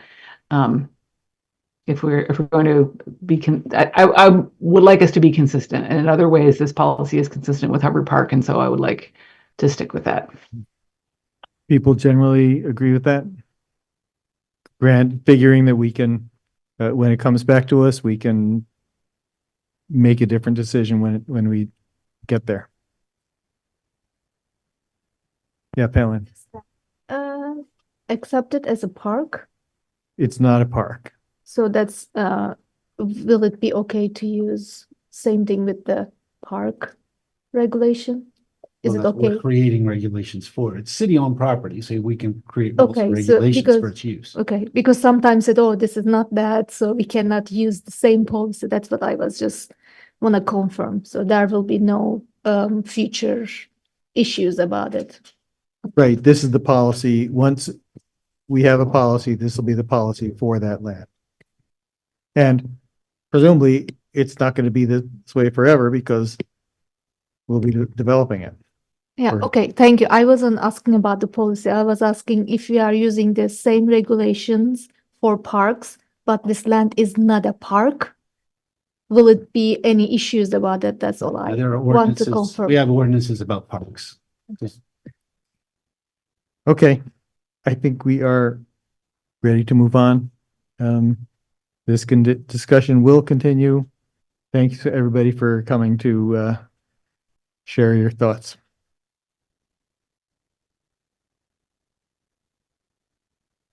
Next up, we have the responsible contractor policy.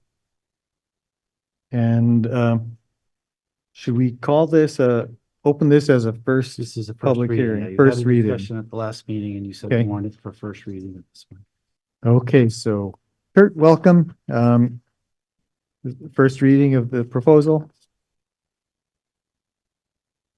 Thank you. I'm Kurt Modica, Public Works Director.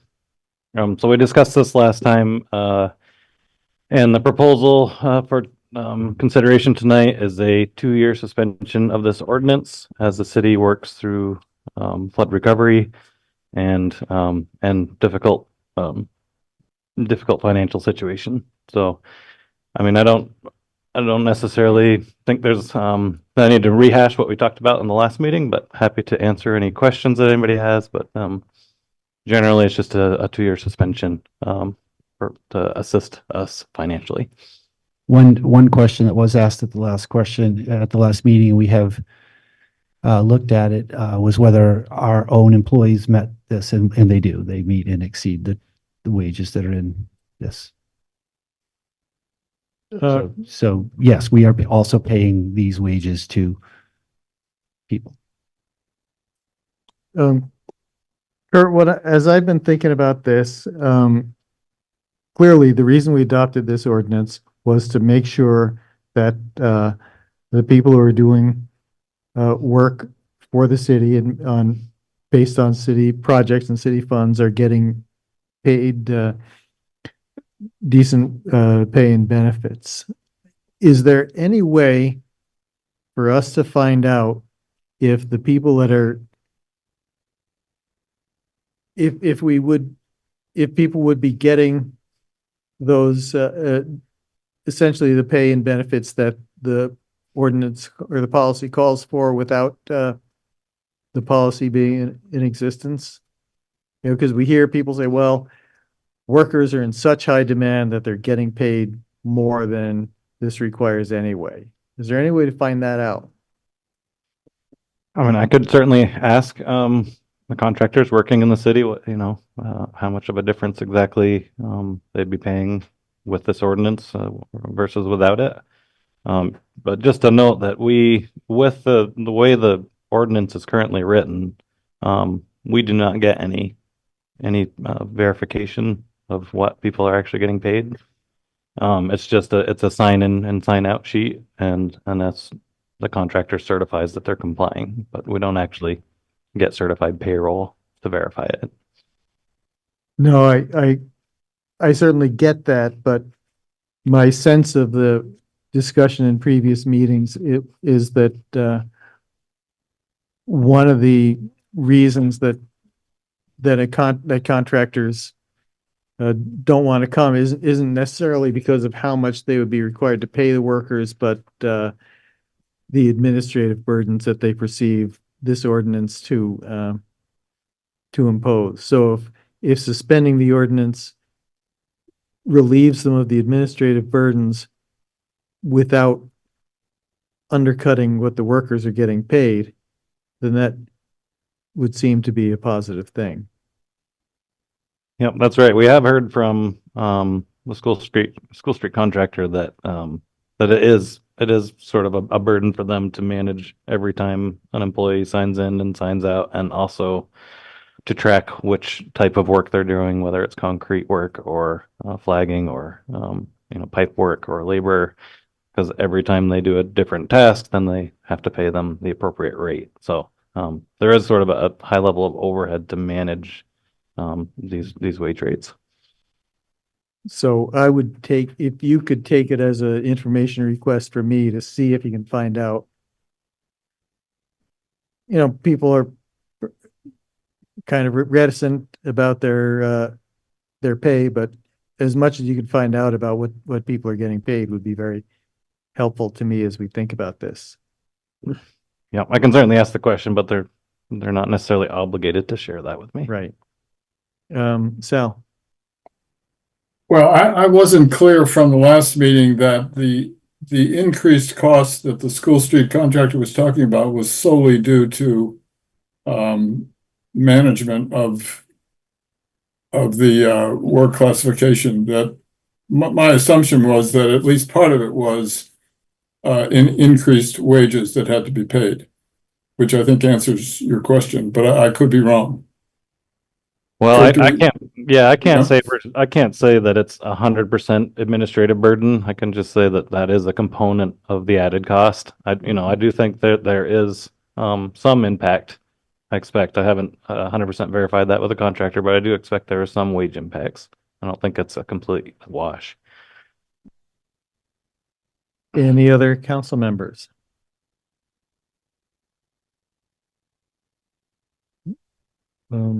Public hearing. Yeah. Okay, go ahead, Tim. Just quick clarification, on the independent contractor piece. So it's not prohibiting contractors from using independent contractors, they just have to pay them as if they were. Right. Some subcontractors to the GC general contractor would be required to also have these rates and follow the sign in and sign out and all the other components of the ordinance. But there's no prohibition against hiring people in that category? No. Thanks. Okay, since this is a public hearing, I'll open the public hearing for comments from the public comments or questions from the public on this proposal.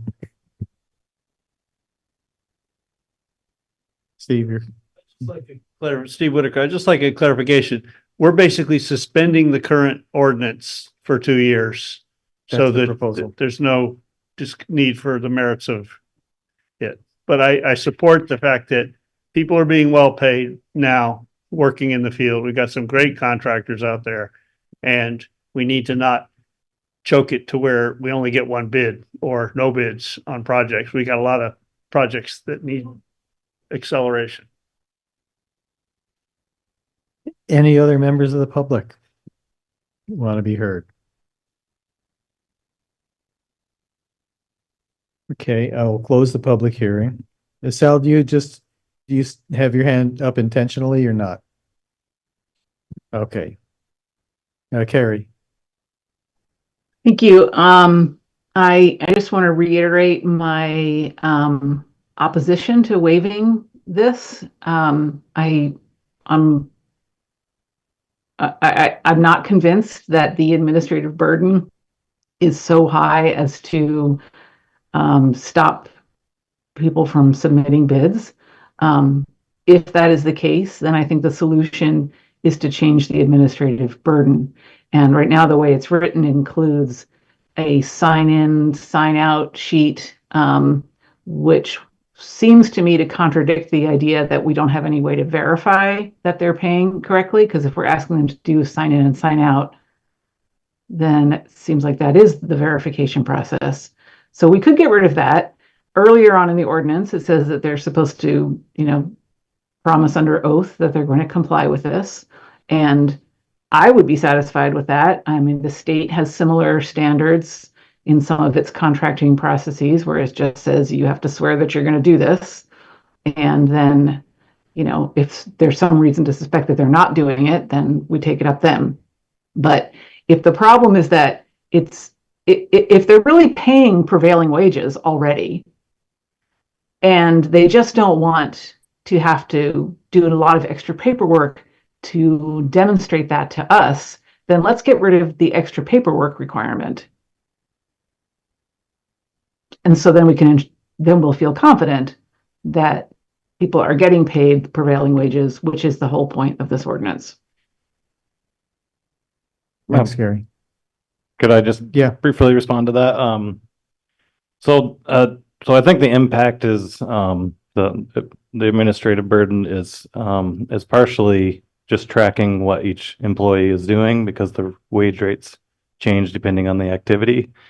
And I think the issue as far as impacts to bidders is really the smaller contractors that don't have, project managers that are separate from the same person that's, running the excavator. That it's just really hard for small contractors to manage that. And so you are essentially reducing the amount of contractors that bid on some of these projects.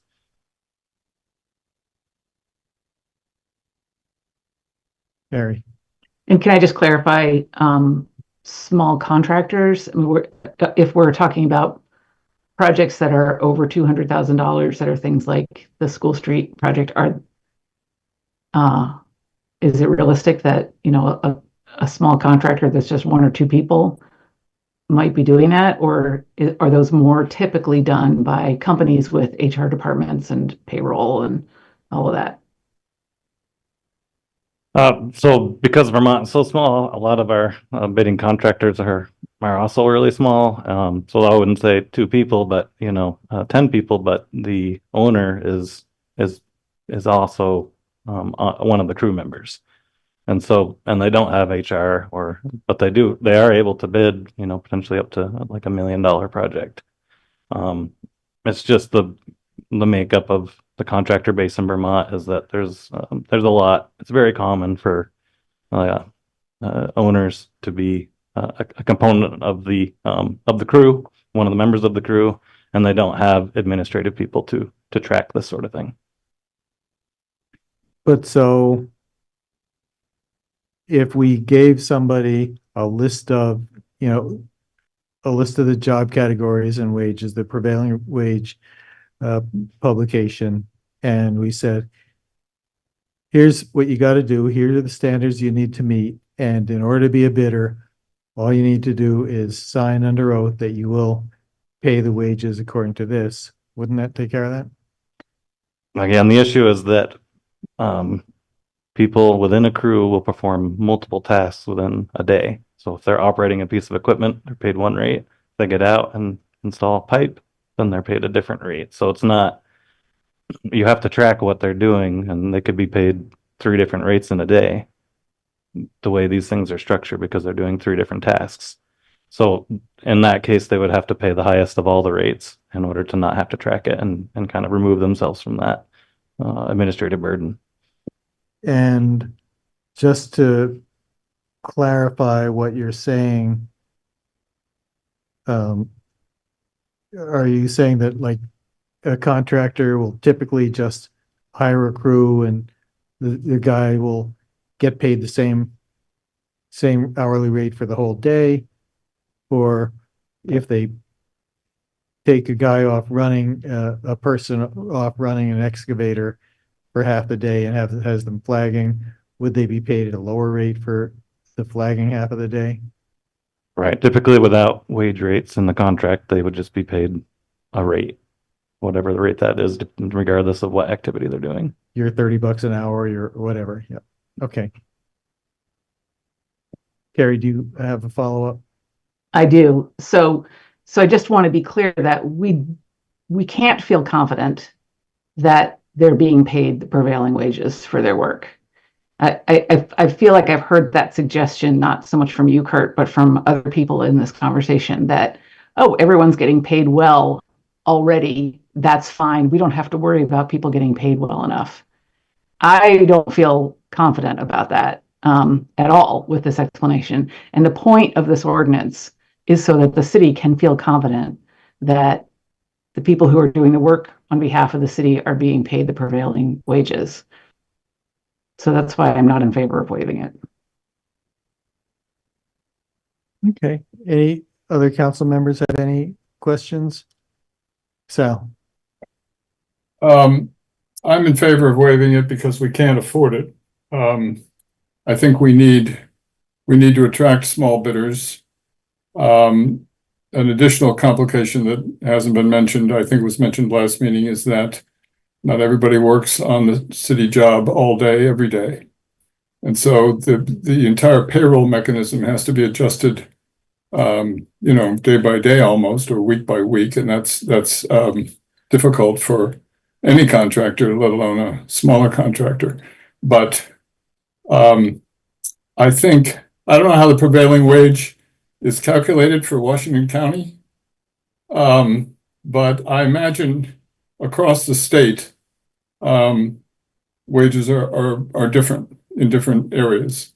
And I think under the current circumstances, anybody who wants a job with a contractor can get one at what is the prevailing wage for Washington County. Okay. Is there anything more to this discussion? Are we ready to move to ready for a motion? I do not want to prematurely cut off discussion, but the chair would entertain a motion to set this for a second reading at a future date. We have to specify the date, right?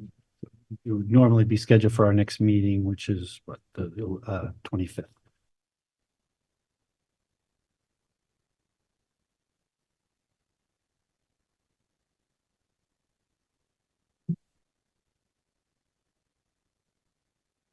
Are you moving?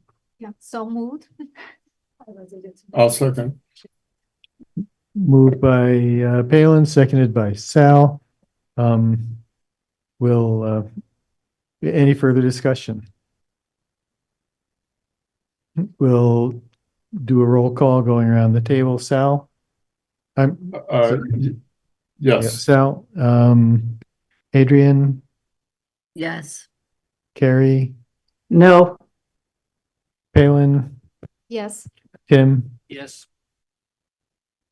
Okay, the motion passes. We're on for 2 weeks from tonight. And look at that timing. It's 8:24, time for our 10-minute break. We'll see you back here at 8:34, 8:35.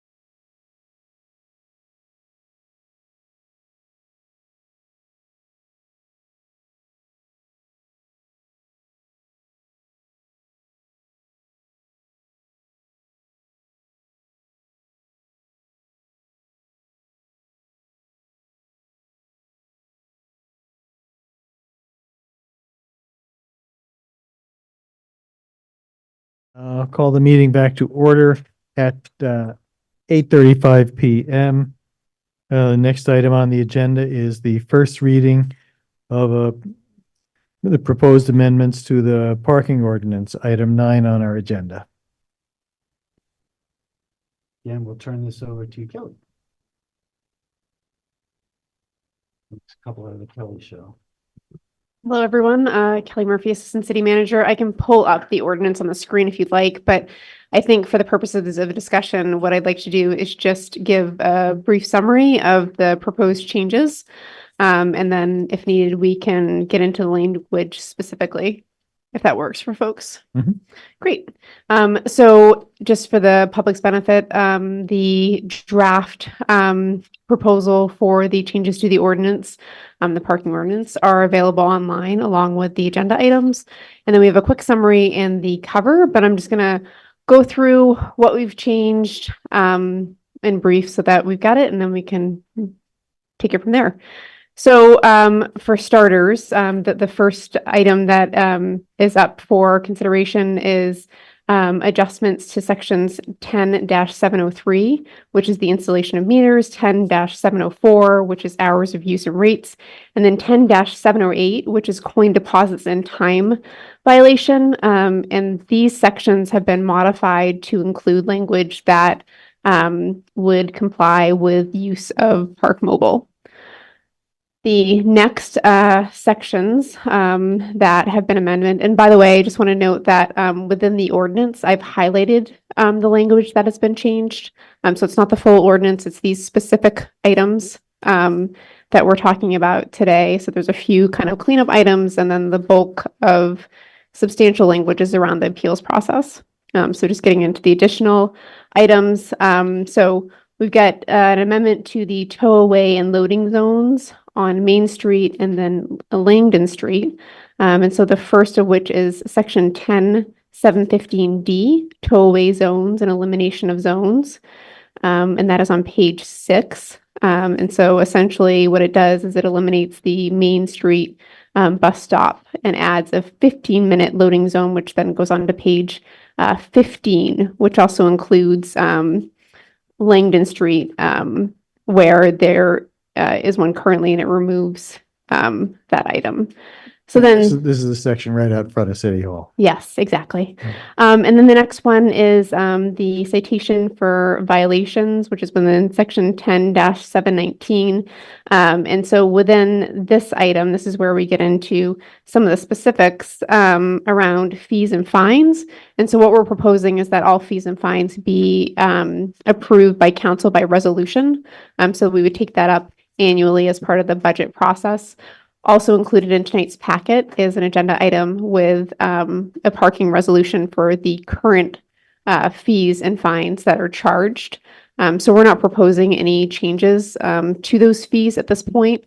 However, it is likely that we would come forward with additional changes in the future once we've been able to study those items. And so moving on to the most important portion of this discussion is on page 17, the parking violation penalty. This provides clarity to the parking ticket appeal process and sets timing for review. We did seek legal advice on this particular section. And the legal advice that was provided is that the Supreme Court has said that there is no absolute right to continue to appeal.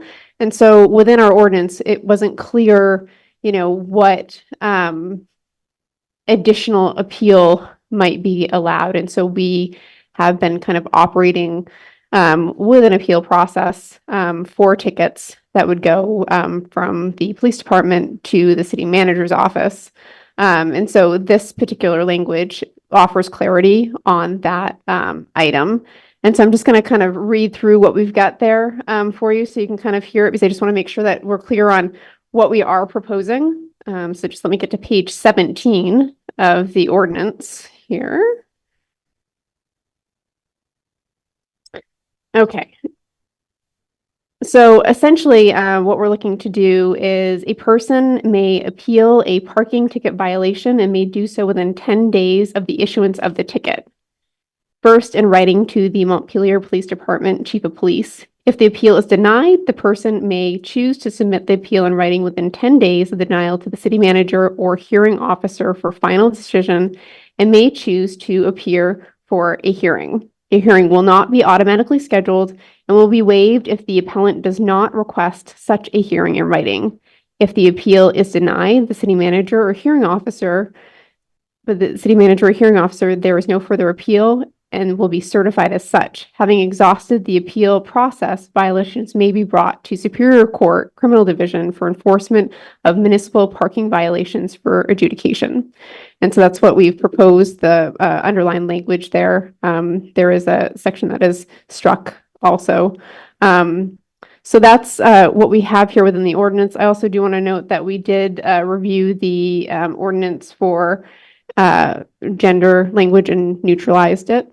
So that's also been done as part of this review. And so that's what we have here within the ordinance in front of you as proposed changes.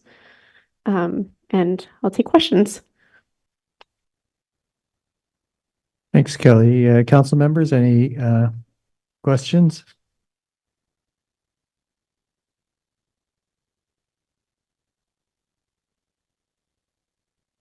I'll mention that in discussion with the city manager, I sent Bill and Kelly a couple of emails suggesting not amendments to this, but changes to specific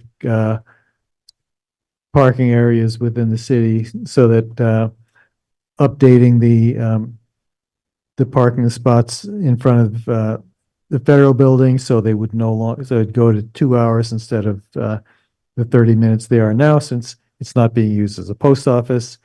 And also suggestion that we review the locations around the city where there are crosswalks, because as we drive around, we notice a number of areas where the cars are parked really pretty close to crosswalks, and it can be hard to see if someone's looking across. And so I assume that there are some federal highway standards to that, but whether we should comply with the federal highway standards or something more protective of pedestrians is something that I think is worth the conversation. So I'll suggest that we take that up in at the next hearing, assuming we get that far. Carrie? Thanks. Yeah, so I think this is really helpful. Lots of good clarifications. I like your thoughts, Jack. They make sense to me as well. So I don't have any, and I do want to say I really like the idea of setting the fee schedule by that the city council does that every year, and that's not written into the ordinance. I think that makes a lot of sense.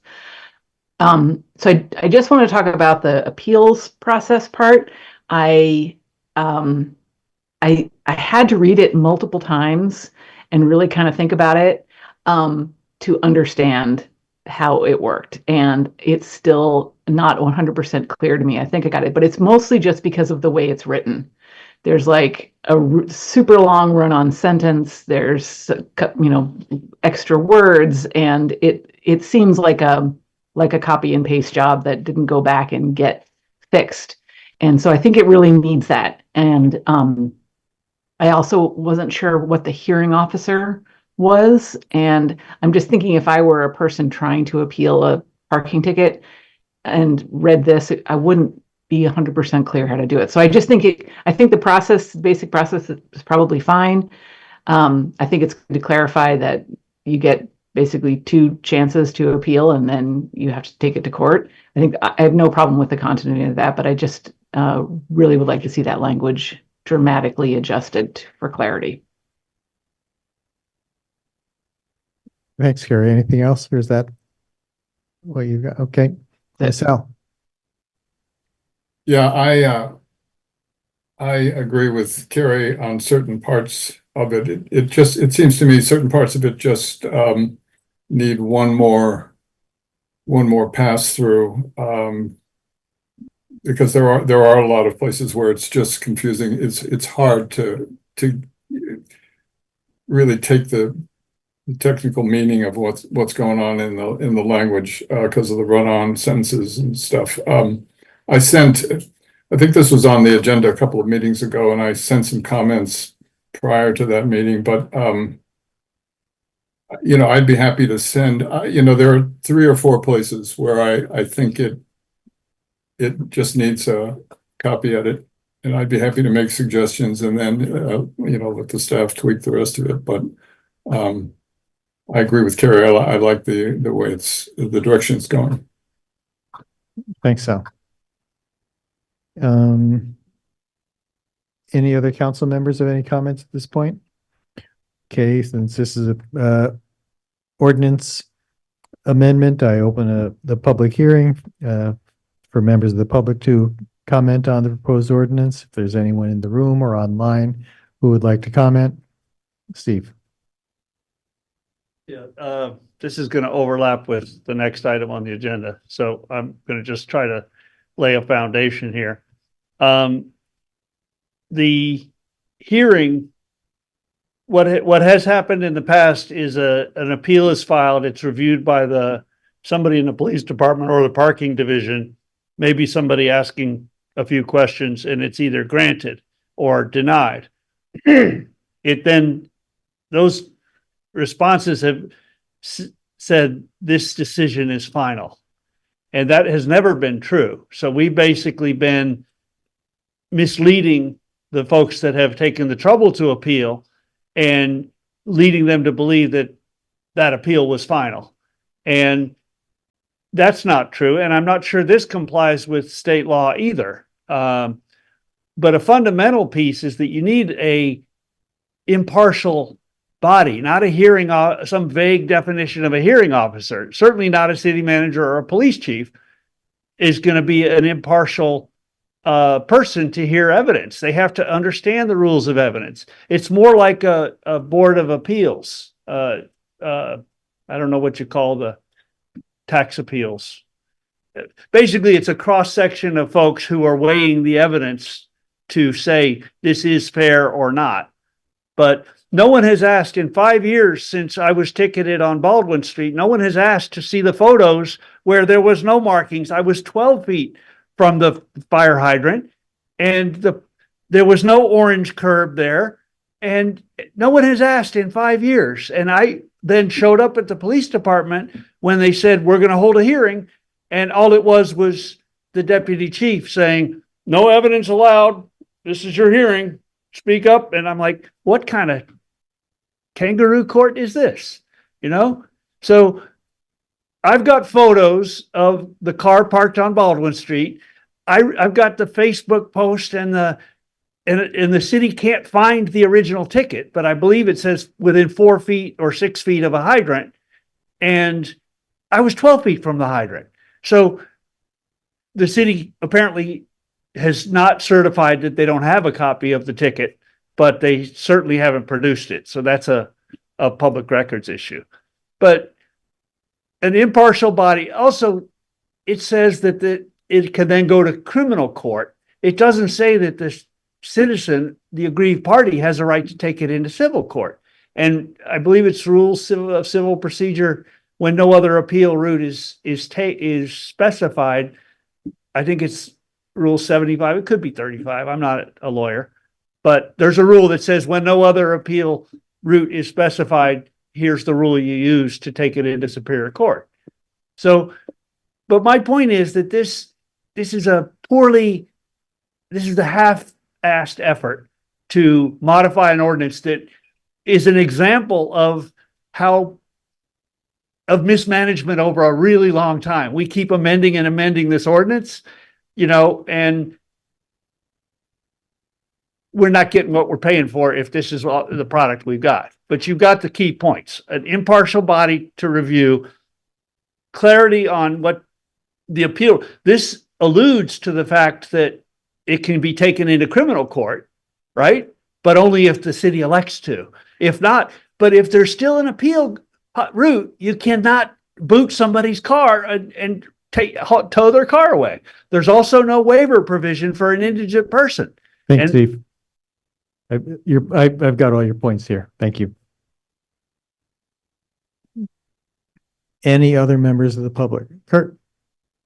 Yep, Kurt Modica, Public Works Director. I just wanted to follow up on the crosswalk spacing concern, just so we get a little direction, so we know what to kind of propose when we come back for the next time. There is a state statute that at intersections only, that there's a 20-foot space between the crosswalk. There is nothing in state statute about mid-block or not at crosswalks that are not at intersections. The trick is, every situation is different. There's, the bulb outs that come out into the road, and those have a different distance required from the crosswalk. There's potential line striping changes if it's marked parking that could be impacted by, putting a blanket ordinance requirement for the distance. So I think each one, it really needs to be evaluated case by case. So the suggestion, and I had Corey look at this, Corey Line from our office, is to write in the authority, basically in the ordinance, to allow either city manager or the public works director to restrict parking for up to 20 feet from a crosswalk for public safety or something like that. Yeah, that makes sense to me. I don't, my thinking is that we wouldn't necessarily want to have the council have to debate and decide what the parking distance should be for every one of the crosswalks in the city. But and 20 feet seems like it's more than it needs to be, but some of them, it seems like are pretty much right up to it. Yeah. So thanks, Kurt. Is there any other member of the public who wishes to be heard?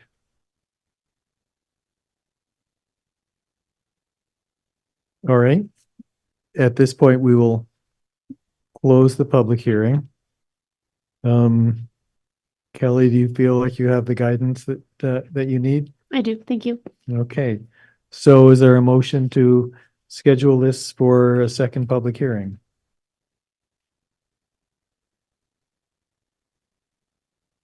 So moved. You want to have it, you think we'll have this ready for the next meeting? We can have it ready for next meeting. So 25th. So the motion was on the 25th, right? I'm quite certain I heard that. Yeah. And is there a second? Second. All those in favor, any further discussion? All those in favor signify by saying aye. Aye. Aye. Any opposed? Okay. Next up, parking fee resolution. You thought you were leaving, huh? I thought so, but no, that's okay. I'm here for it. So within your packet, you have a draft parking resolution, which outlines all of the fees and fines associated with parking as they are currently within our system. And so what we would be looking for you to do would be to adopt this resolution tonight, and then we would bring a modified resolution forward in the future for any changes that we may be seeking. And just for the public, the fees that are identified are parking fees for on-street parking, off-street parking, and permits. And then we've got the parking violation fines, which are noted by instance. And I can go through them all if you'd like, but they are available on the website.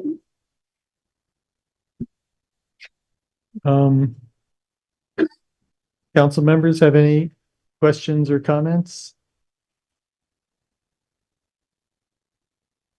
The question I have, aside from the fact that this is just adopting the rates we have now, right, is how do we decide what the right amount is? Like with the monthly permit fees, it's $100. I don't know if it should be $100 or 150 or 200. How do we figure that out? In years past, we've done a number of different things, including taking a look at, there aren't that many places in Vermont, at least, that have paid parking, right? It's a pretty small group of communities, and in central Vermont, it's just us and Barrie. But Burlington is another, Brattleboro, I think, maybe. So there's really not many. So we take a look at what people are charging for parking lots and what our demand is. What do we have a wait list?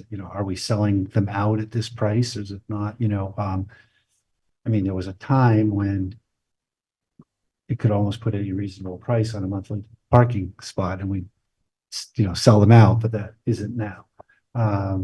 So, and then we look at, obviously, some of it has to do with what our costs in the parking fund are. So trying to make sure we're covering our costs, but also trying to make sure our on-street rates are not out of whack with other people so that someone says, I went to Barry and I spent 10 cents and I came here and I spent $10, there's always gonna be a little variance, but you want to make sure that. So that's usually the extent of the analysis that happens, try to figure out, we take a look at the number of, we look at the trends and try to figure out what we. Okay. Anybody else have any questions? I just put out one other thing, to the extent that we're talking about, the other thing with parking, particularly with the meters, is because we still have the coin capacity. It's a little bit of art inside, like you really can only increase the rates by 25-cent increments. So, it's not like, hey, let's just up the rates 2% this year, and go from 10 cents to 12 cents or, 25 cents to 28 cents or something. It's like, you have to wait till it's enough time, to go all the way up to 50 cents there. So I think that's the other piece that it's, we do have the app parking. So that's a little more flexible, but it does, if we're going to mirror it to the coin rates, you also have to work within that construct. Have all our meters been converted to just taking quarters now? Yes, we only have coin meters and the app. We don't have the cards anymore. And the ones that do take coins only take quarters. That was the question. I'm not sure about that. Okay, that was the question I was asking. Yeah, Sorry. I believe they take different denomination of coin. Because some places like They take all. oh, No okay. pennies, probably. No pennies. No pennies. Yep. Okay. Because over in Barry. So I guess we they could take up the quarters. rates by 10 cents or something. About 5 cents. Okay. Just quick question. So looks like our base rate is really about 15 in here now for violations. Seems to be where it starts. What were the previous rates? Maybe for the next meeting, you could get us current rate just to compare to see how big an increase this is. So it's not an increase, but we can look back to see the last time that they were amended, which may be quite some time. But they're similar. Yeah, these are the rates we're charging now. Okay. All right. This is just because before they were in the ordinance and we've revamped the ordinance to say they've got to be adopted by fee resolution. So we're just having you do the resolution for the current fees. And then if we go to at budget time, if we want to change them, we can discuss it. But these are just. I'm happy to They were new rates. I'm happy to look back if you'd like. Yeah. But If they're not I don't think new, they've no. been upped. The fines haven't been up for a long time. no, they haven't. When we were reviewing this, we actually did take a look at the memo at the last time that they were increased just to see what standard would be used. And so I can certainly provide that to council. What's the difference between expired meter, time violation, and parked overtime meter space?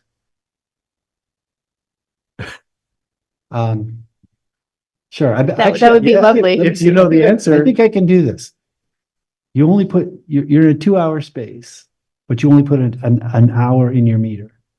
And then the meter expires, you're there. So that's a time violation of expired meter. That if you then stay over 2 hours, you've got a time, now you're, right? Did I get it? Can I really? Okay. And are the current meters we have do not reset to zero when a car pulls out, right? Because I think we were looking at meters that would do that. We have very low tech meters. We were talking about going to the high tech with all the sensors and everything else, but they were very expensive. And then the solar, we really just struggled with the solar batteries. We didn't get enough sun to really keep them running. So then they were down a lot. So we finally got a good deal. We just said, let's go back to just old school coin meters that only do that and have a parking app. And that's the way people can, they don't want to carry coins, they can use the app. And it's, for the most part, worked fine since then. We a little bit of grumbling when we first did it, but we really don't hear about it at all now. Okay. Any More comments or questions by the council? Any questions or comments from the public? Steve? Yeah, Steve Whitaker. I want to point out that, and I raised it just a few weeks ago, that one of the things that's really special about our town is we spent decades training people to respect our crosswalks. And people will normally, if they see you, they will stop and allow you to cross. But then somebody delivering, to Positive Pie didn't want to pull into the lot and just totally blocked the crosswalk, parked across the crosswalk and unloaded his truck and his power lift and spent, half hour blocking a crosswalk. And I couldn't get, him ticketed quick enough, but even if he had, that ticket crosswalk would have been, where is it? I just saw it.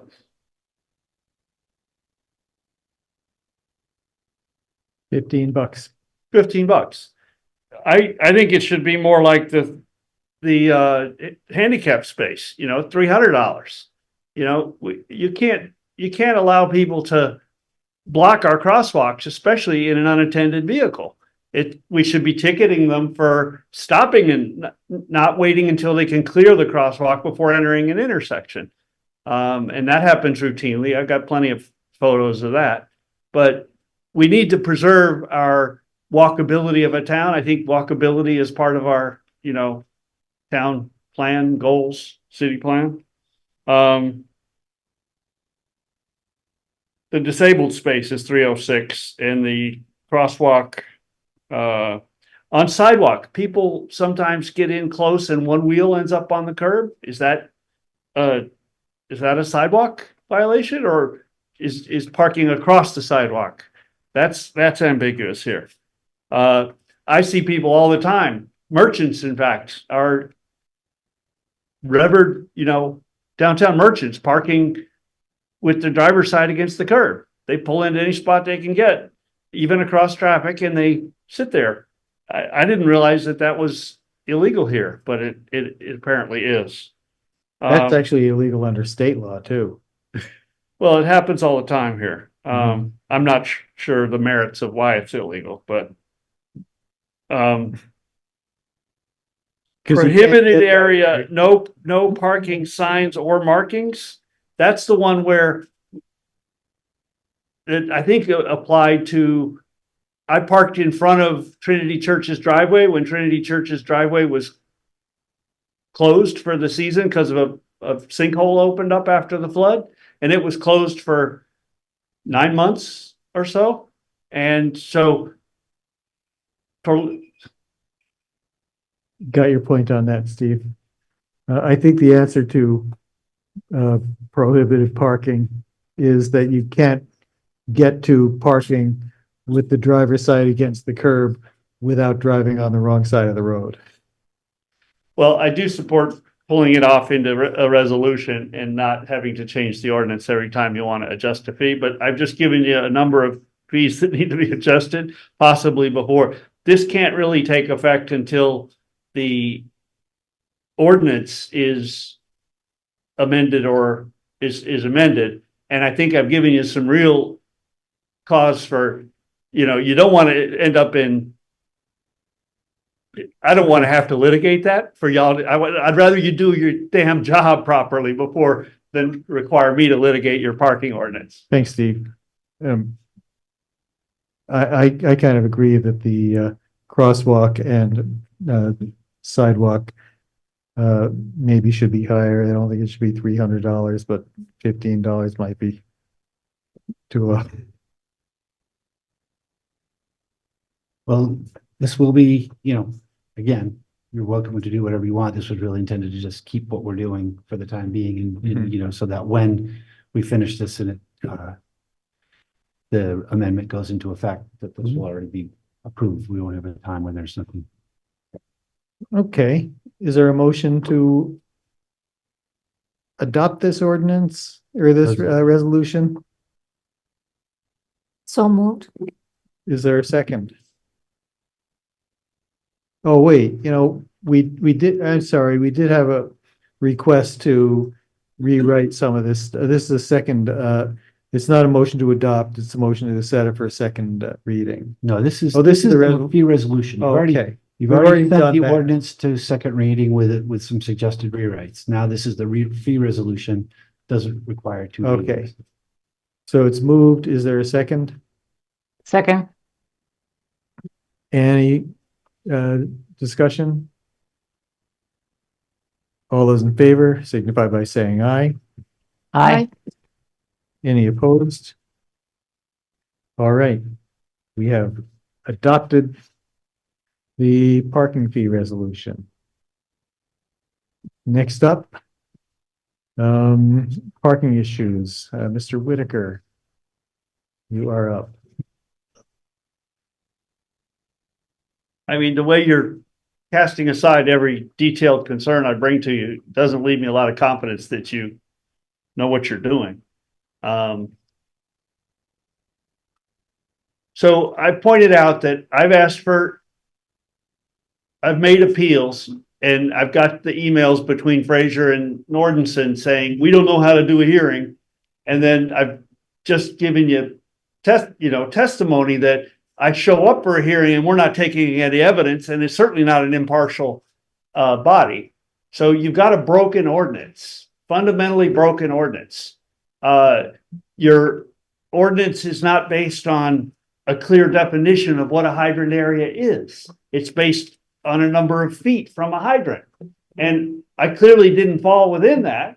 And yet no one seems to try to sort that mess out, So why are you just going through the motions of this when instead of trying to get to the bottom of the flaws in your ordinance?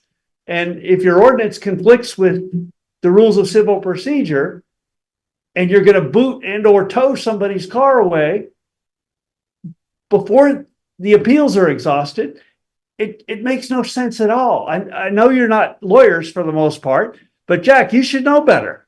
You should know that if the rules say there's an appeal, that you can't go towing somebody's cars before the appeals are exhausted. And yet you're threatening to do that.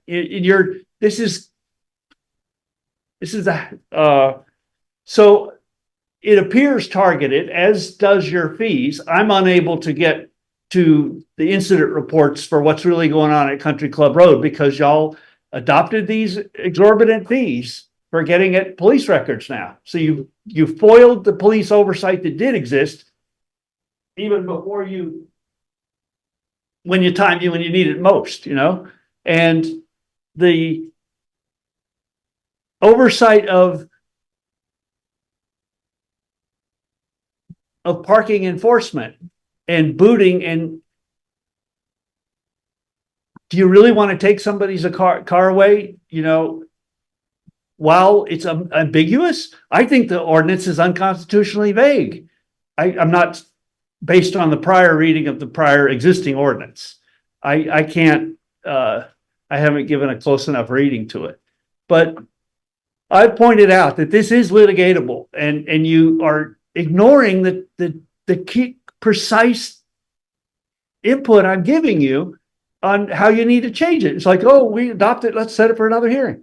It's dumbfounding. It really is dumbfounding, So you want to go against our rules of civil procedure and tow somebody's car because the police decided not to send it to criminal court, Well, let me see if I can zero in Please on do. what you're getting at.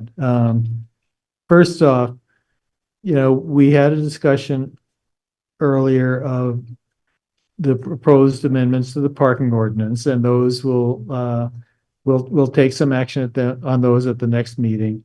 But those changes, those amendments don't apply to anything that's happened to you in the past. And so what I want to clarify is what your claim is for what's happened to you in the past. Is it that you've not been afforded the repeal rights that you were entitled to, or Correct. And how was that? They don't have any idea how to hold a hearing. I brought it to council 5 years ago in 2019. It's in your minutes. And I said, I want a hearing on this. And it was the hydrant issue over on Baldwin Street. I mean, we don't enforce meters over on Baldwin Street. So somebody went over there to target my car and it's 12 feet from a hydrant. And the hydrant there is oddly placed up on state land. It's even beyond the road center line right away. It's But by there's the bank there, yeah. yeah, and there's clearly no yellow section as we do in every other hydrant area. We paint a section of yellow curb, and if you're clear of that on either side, you're the proper distance from the hydrant. But our ordinance didn't anticipate somebody moving a hydrant up on the bank. But yet Fraser and Nordenson didn't know how to hold a hearing, and they're not impartial either. And so when did this thing that happened? Well, I don't think we're gonna fix something that happened 5 years ago. No, I think for my effort in helping you find the flaws in your ordinance, you should just waive any pending. I think I've more than earned this by pointing out and suffering the indignity of having my car booted unjustly. And then most of it has gone away, but there's still, I think, $136 or something that you're claiming I owe, But your current claim is that there's been a decision to put your car on the list to be booted, and it's based on non-payment of parking fines and for which I've never been allowed to have a hearing. And for which you've never been allowed to have a hearing. Okay. Let me hear from the city on what their response to that is. So, and I'm looking to Chief and Kelly to help me out here. My understanding is that Mr. Whitaker appealed certain tickets. I'm not sure if you appealed them all individually within 10 days of each one, which is what the ordinance calls for. The police looked at them, turned down the appeals, and then you appealed to Kelly. And Kelly, I remember, she wrote a response to an appeal to you. Different than me appealing to Kelly. Well, you asked for an appeal. You appeal to the city manager, and the city manager Signed it to Kelly. designated Kelly to do it. Yeah. Could be it. Okay. Right. Or actually you appeal to the city council and there's no appeal, whatever it was. We gave you a review and I believe she did change some of the things and you got those. And then you still didn't pay. And then you had a boot hearing, which is different than an appeal on the merits. And you wanted to sort of fight all the merits all over again. And Kevin said, we're here to determine whether or not you're going to be booted. And that was that. And then you got on the agenda and you asked for a stay. And I think I told you no. And you have had a boot since, because I don't think you parked in public parking since, or at least you've done your best not to. But so the questions are, did you appeal? If you look at the ordinance, did you appeal each individual ticket in a timely manner? I'd say the answer to that is no. You still got a review of all of them from both the police department and the city manager's office and got written responses. And I said at least one of them got changed by the city manager's office. And then you uttered some utterance about us not knowing what we were doing or whatever. Then you appealed your boot hearing to the deputy chief, expecting it to be an evidentiary hearing, which it wasn't, which it clearly says. And then you came to the city council. It says in the ordinance about the boot hearing. It doesn't say it's not an evidentiary hearing. It says it's solely for the purpose of determining whether a boot should be applied. It's not to appeal. So then I never did get the hearing on the evidence of the merits of the ticket. Kelly, do you have some I do information? actually have something to add here, and just one point of clarification. Based on the way that the ordinance is written right now, we really don't have an appeal process. And so we have been sort of acting, based on past actions with appeals. So basically, if somebody wants to contest a ticket, they would bring it to the police department. They would take a look at it. It would then go to the city manager's office. They would take a look. And then from there, if, there is not a change made, the appeal is denied. We have done our legal review of this, and we are not required to offer an appeal for tickets. And so what we're doing here with a review of the ordinance is that we're actually trying to put an appeal process in place so it's very clear. We did review your cases. We did review each and every ticket just to make sure that you were heard and did offer the opportunity for you to appeal because there was really no designation of time. So, we've really been trying to go above and beyond within sort of past practice to address the issues you have with parking. And so the current situation that you find yourself in based on, our findings is that, your appeals have been denied and the tickets are due and now you're in the boot process. That's where we're at today.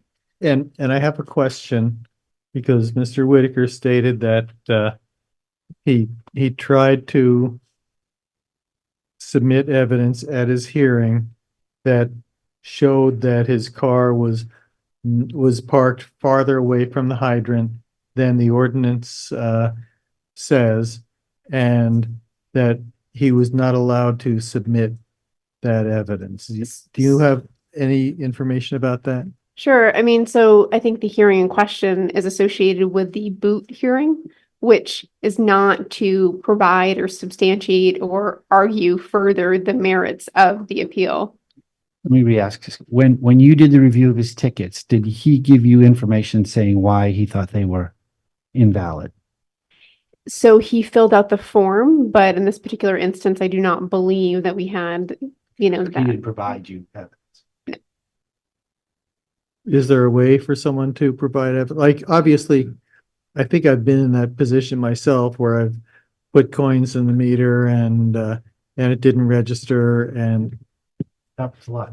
It happens a lot and someone appeals and they get the meter head gets pulled or something and it's either granted or not. Right. I mean, and that's why we do, we in past practice, even though we don't have an appeal process within the current ordinance, is that we have heard appeals for that very reason. There may be an instance or a justification for, a certain infraction. And we do want to hear those cases. And we do want to know if there's something that can be done because we're not, out to get people. We're trying to just make sure that we can uphold the ordinance. Okay. But in your interpretation of the ordinance is that if someone's appealing the issuance of a boot order, that doesn't come down to disputing whether the underlying ticket was properly issued, but simply whether there is the balance that would justify having a boot. Correct. Because they've had their opportunity to appeal each and every underlying ticket that contributed to the boot. And this happened prior. Bill suggested that filling out a form was a hearing. And I'm like, no, a hearing to present evidence is not filling out a form. And just basic legal procedure seems to be missing in this. An understanding of basic legal procedure seems to be missing in this ordinance. Because I've got the emails where Fraser and Nordenson say, we don't know how to hold a hearing. Is it before us? Is it before the court? The current ordinance says it can be referred to criminal court, but there's no memory of that ever happening. And if that's how far I have to go to get a hearing, I'm willing to, but yet they're booting the car ahead of time. So the prior ordinance said nothing about hearings. It only talked about appeals. You can have a written appeal and that's how it was handled. And it said if it's denied. The current suggested ordinance, which is irrelevant to your case, but allows for the second appeal, the appeal to the manager's office or their designee or hearing officer or whatever, could then have a hearing. It will be set and there'll be a date. That is new. There was never any requirement for hearing. Under the boot hearing, it specifically says, where is it? Hold on.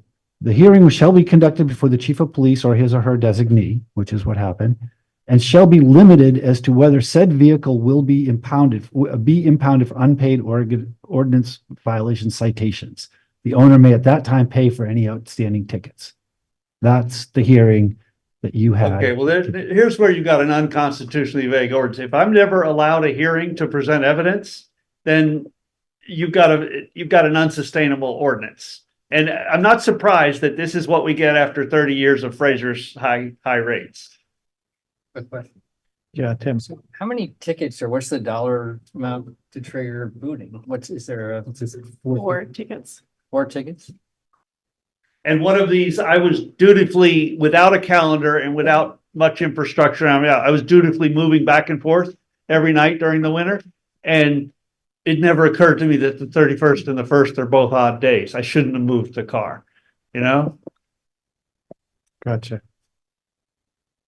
When we do take in appeal forms at the front desk, we do allow people to submit photographs or any evidence they have. We just attach it to the appeal form. So I just want to let you know, we do take that in and pass that along to the police.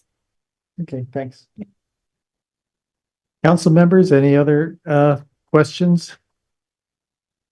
The other issue is I requested that the privilege be waived because there's no basis, no rational basis to keep secret the lawyer's advice on this topic because this ordinance is riddled with errors. And I believe Fraser's afraid that that's going to come out. And I'd like to make a motion that we abide by our city attorney's advice and deny the request to release the documents that Stephen wants. I think our policy is, I guess that's my motion. And Is there a second?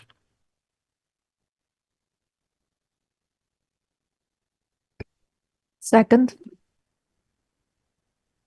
Any discussion? Ready for a vote on that motion? If so, all those in favor signify by saying aye. Aye. Any opposed? Okay.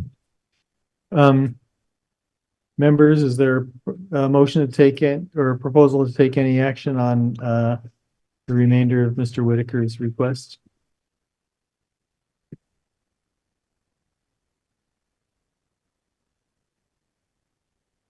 Okay. well, will it help? I think this shouldn't go on any longer. I can't believe it's gone on for 5+ years. And I'm really not pleased that it's gone to the level of taking our time at city council for parking violations. I think most people, when they get to this point, if you've made an error, pay their ticket and don't drag it out for 5 years. I find this to be, for the time you feel and the effort you've done to help us improve our ordinances, I have to say, I can't believe how much public resource and time and effort and cost you've cost this community for your appeal because you just didn't admit you made a mistake and pay a ticket.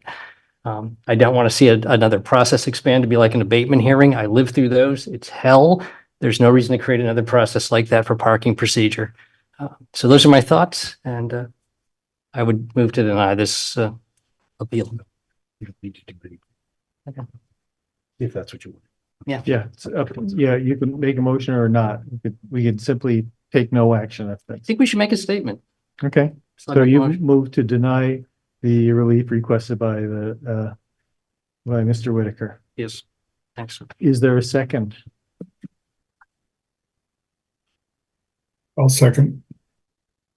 Okay, council members, do we have any discussion on this motion? Carrie? Yeah, I'm not 100% clear what we would be denying. I'm not sure exactly what he's asking for.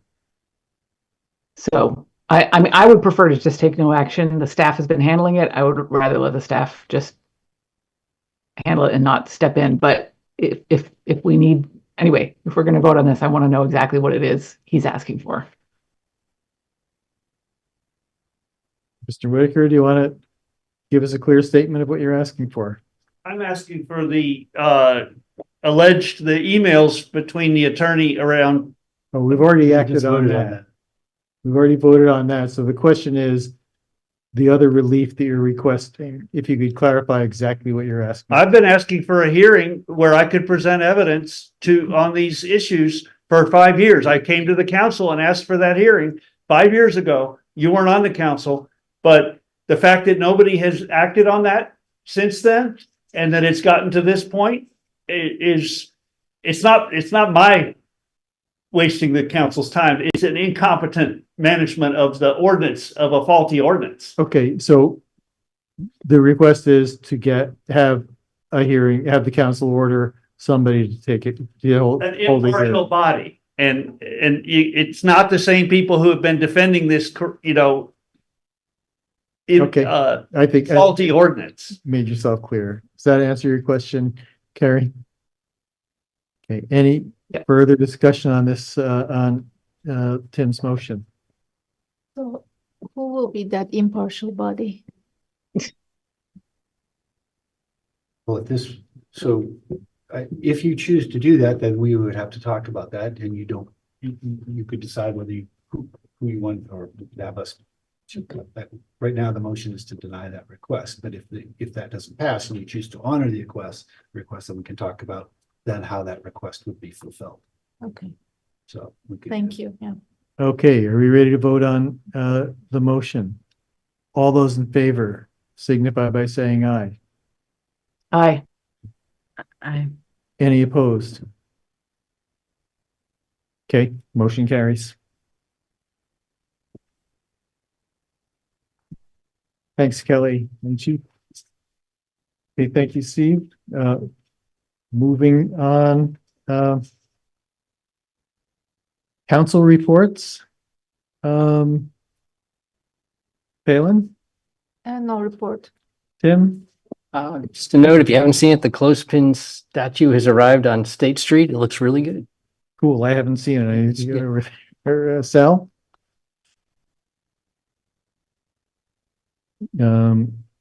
Sal, did you shake your head or something? Nothing, no report. Carrie? Adrian? Okay.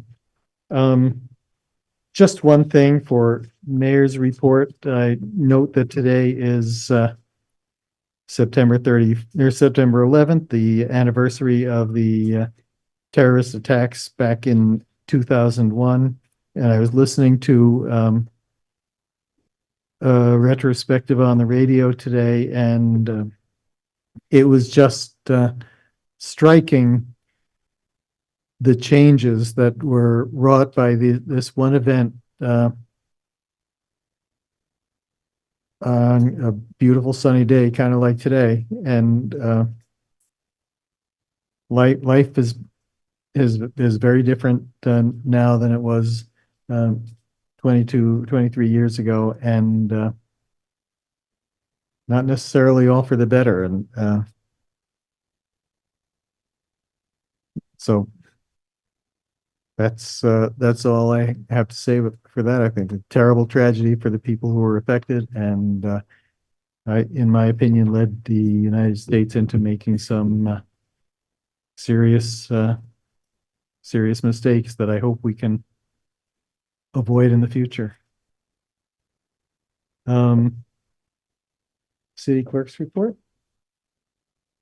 We've had a lot of people asking about ballots, so I think it might be useful to mention that State of Vermont will be sending out ballots to all people on the rolls on September 23rd, and that should conclude by October 1st. So you'll be getting your mail-in ballot soon. And the box will be open in back of the building to. It could be drop it. mailed back, or we have the drop box. It could also be brought into City Hall. If people don't receive a ballot, they can come in and vote early in person at City Hall, or come in on election day and vote. Thank you. City man, Tim, I'm sorry. On that count, just thinking, is there a voter registration option at the city clerk's office, or is that? Yeah, you can come in and register to vote at City Hall at the city clerk's office anytime. Thanks. Right up to election day, I've been there on election day and have people come in and register and vote for the first time in their lives, and it's a really great thing when that happens. I could also report our volunteer slots are all full for the election, so there's a lot of interest in helping out, and that's really great. Yeah. City manager's report.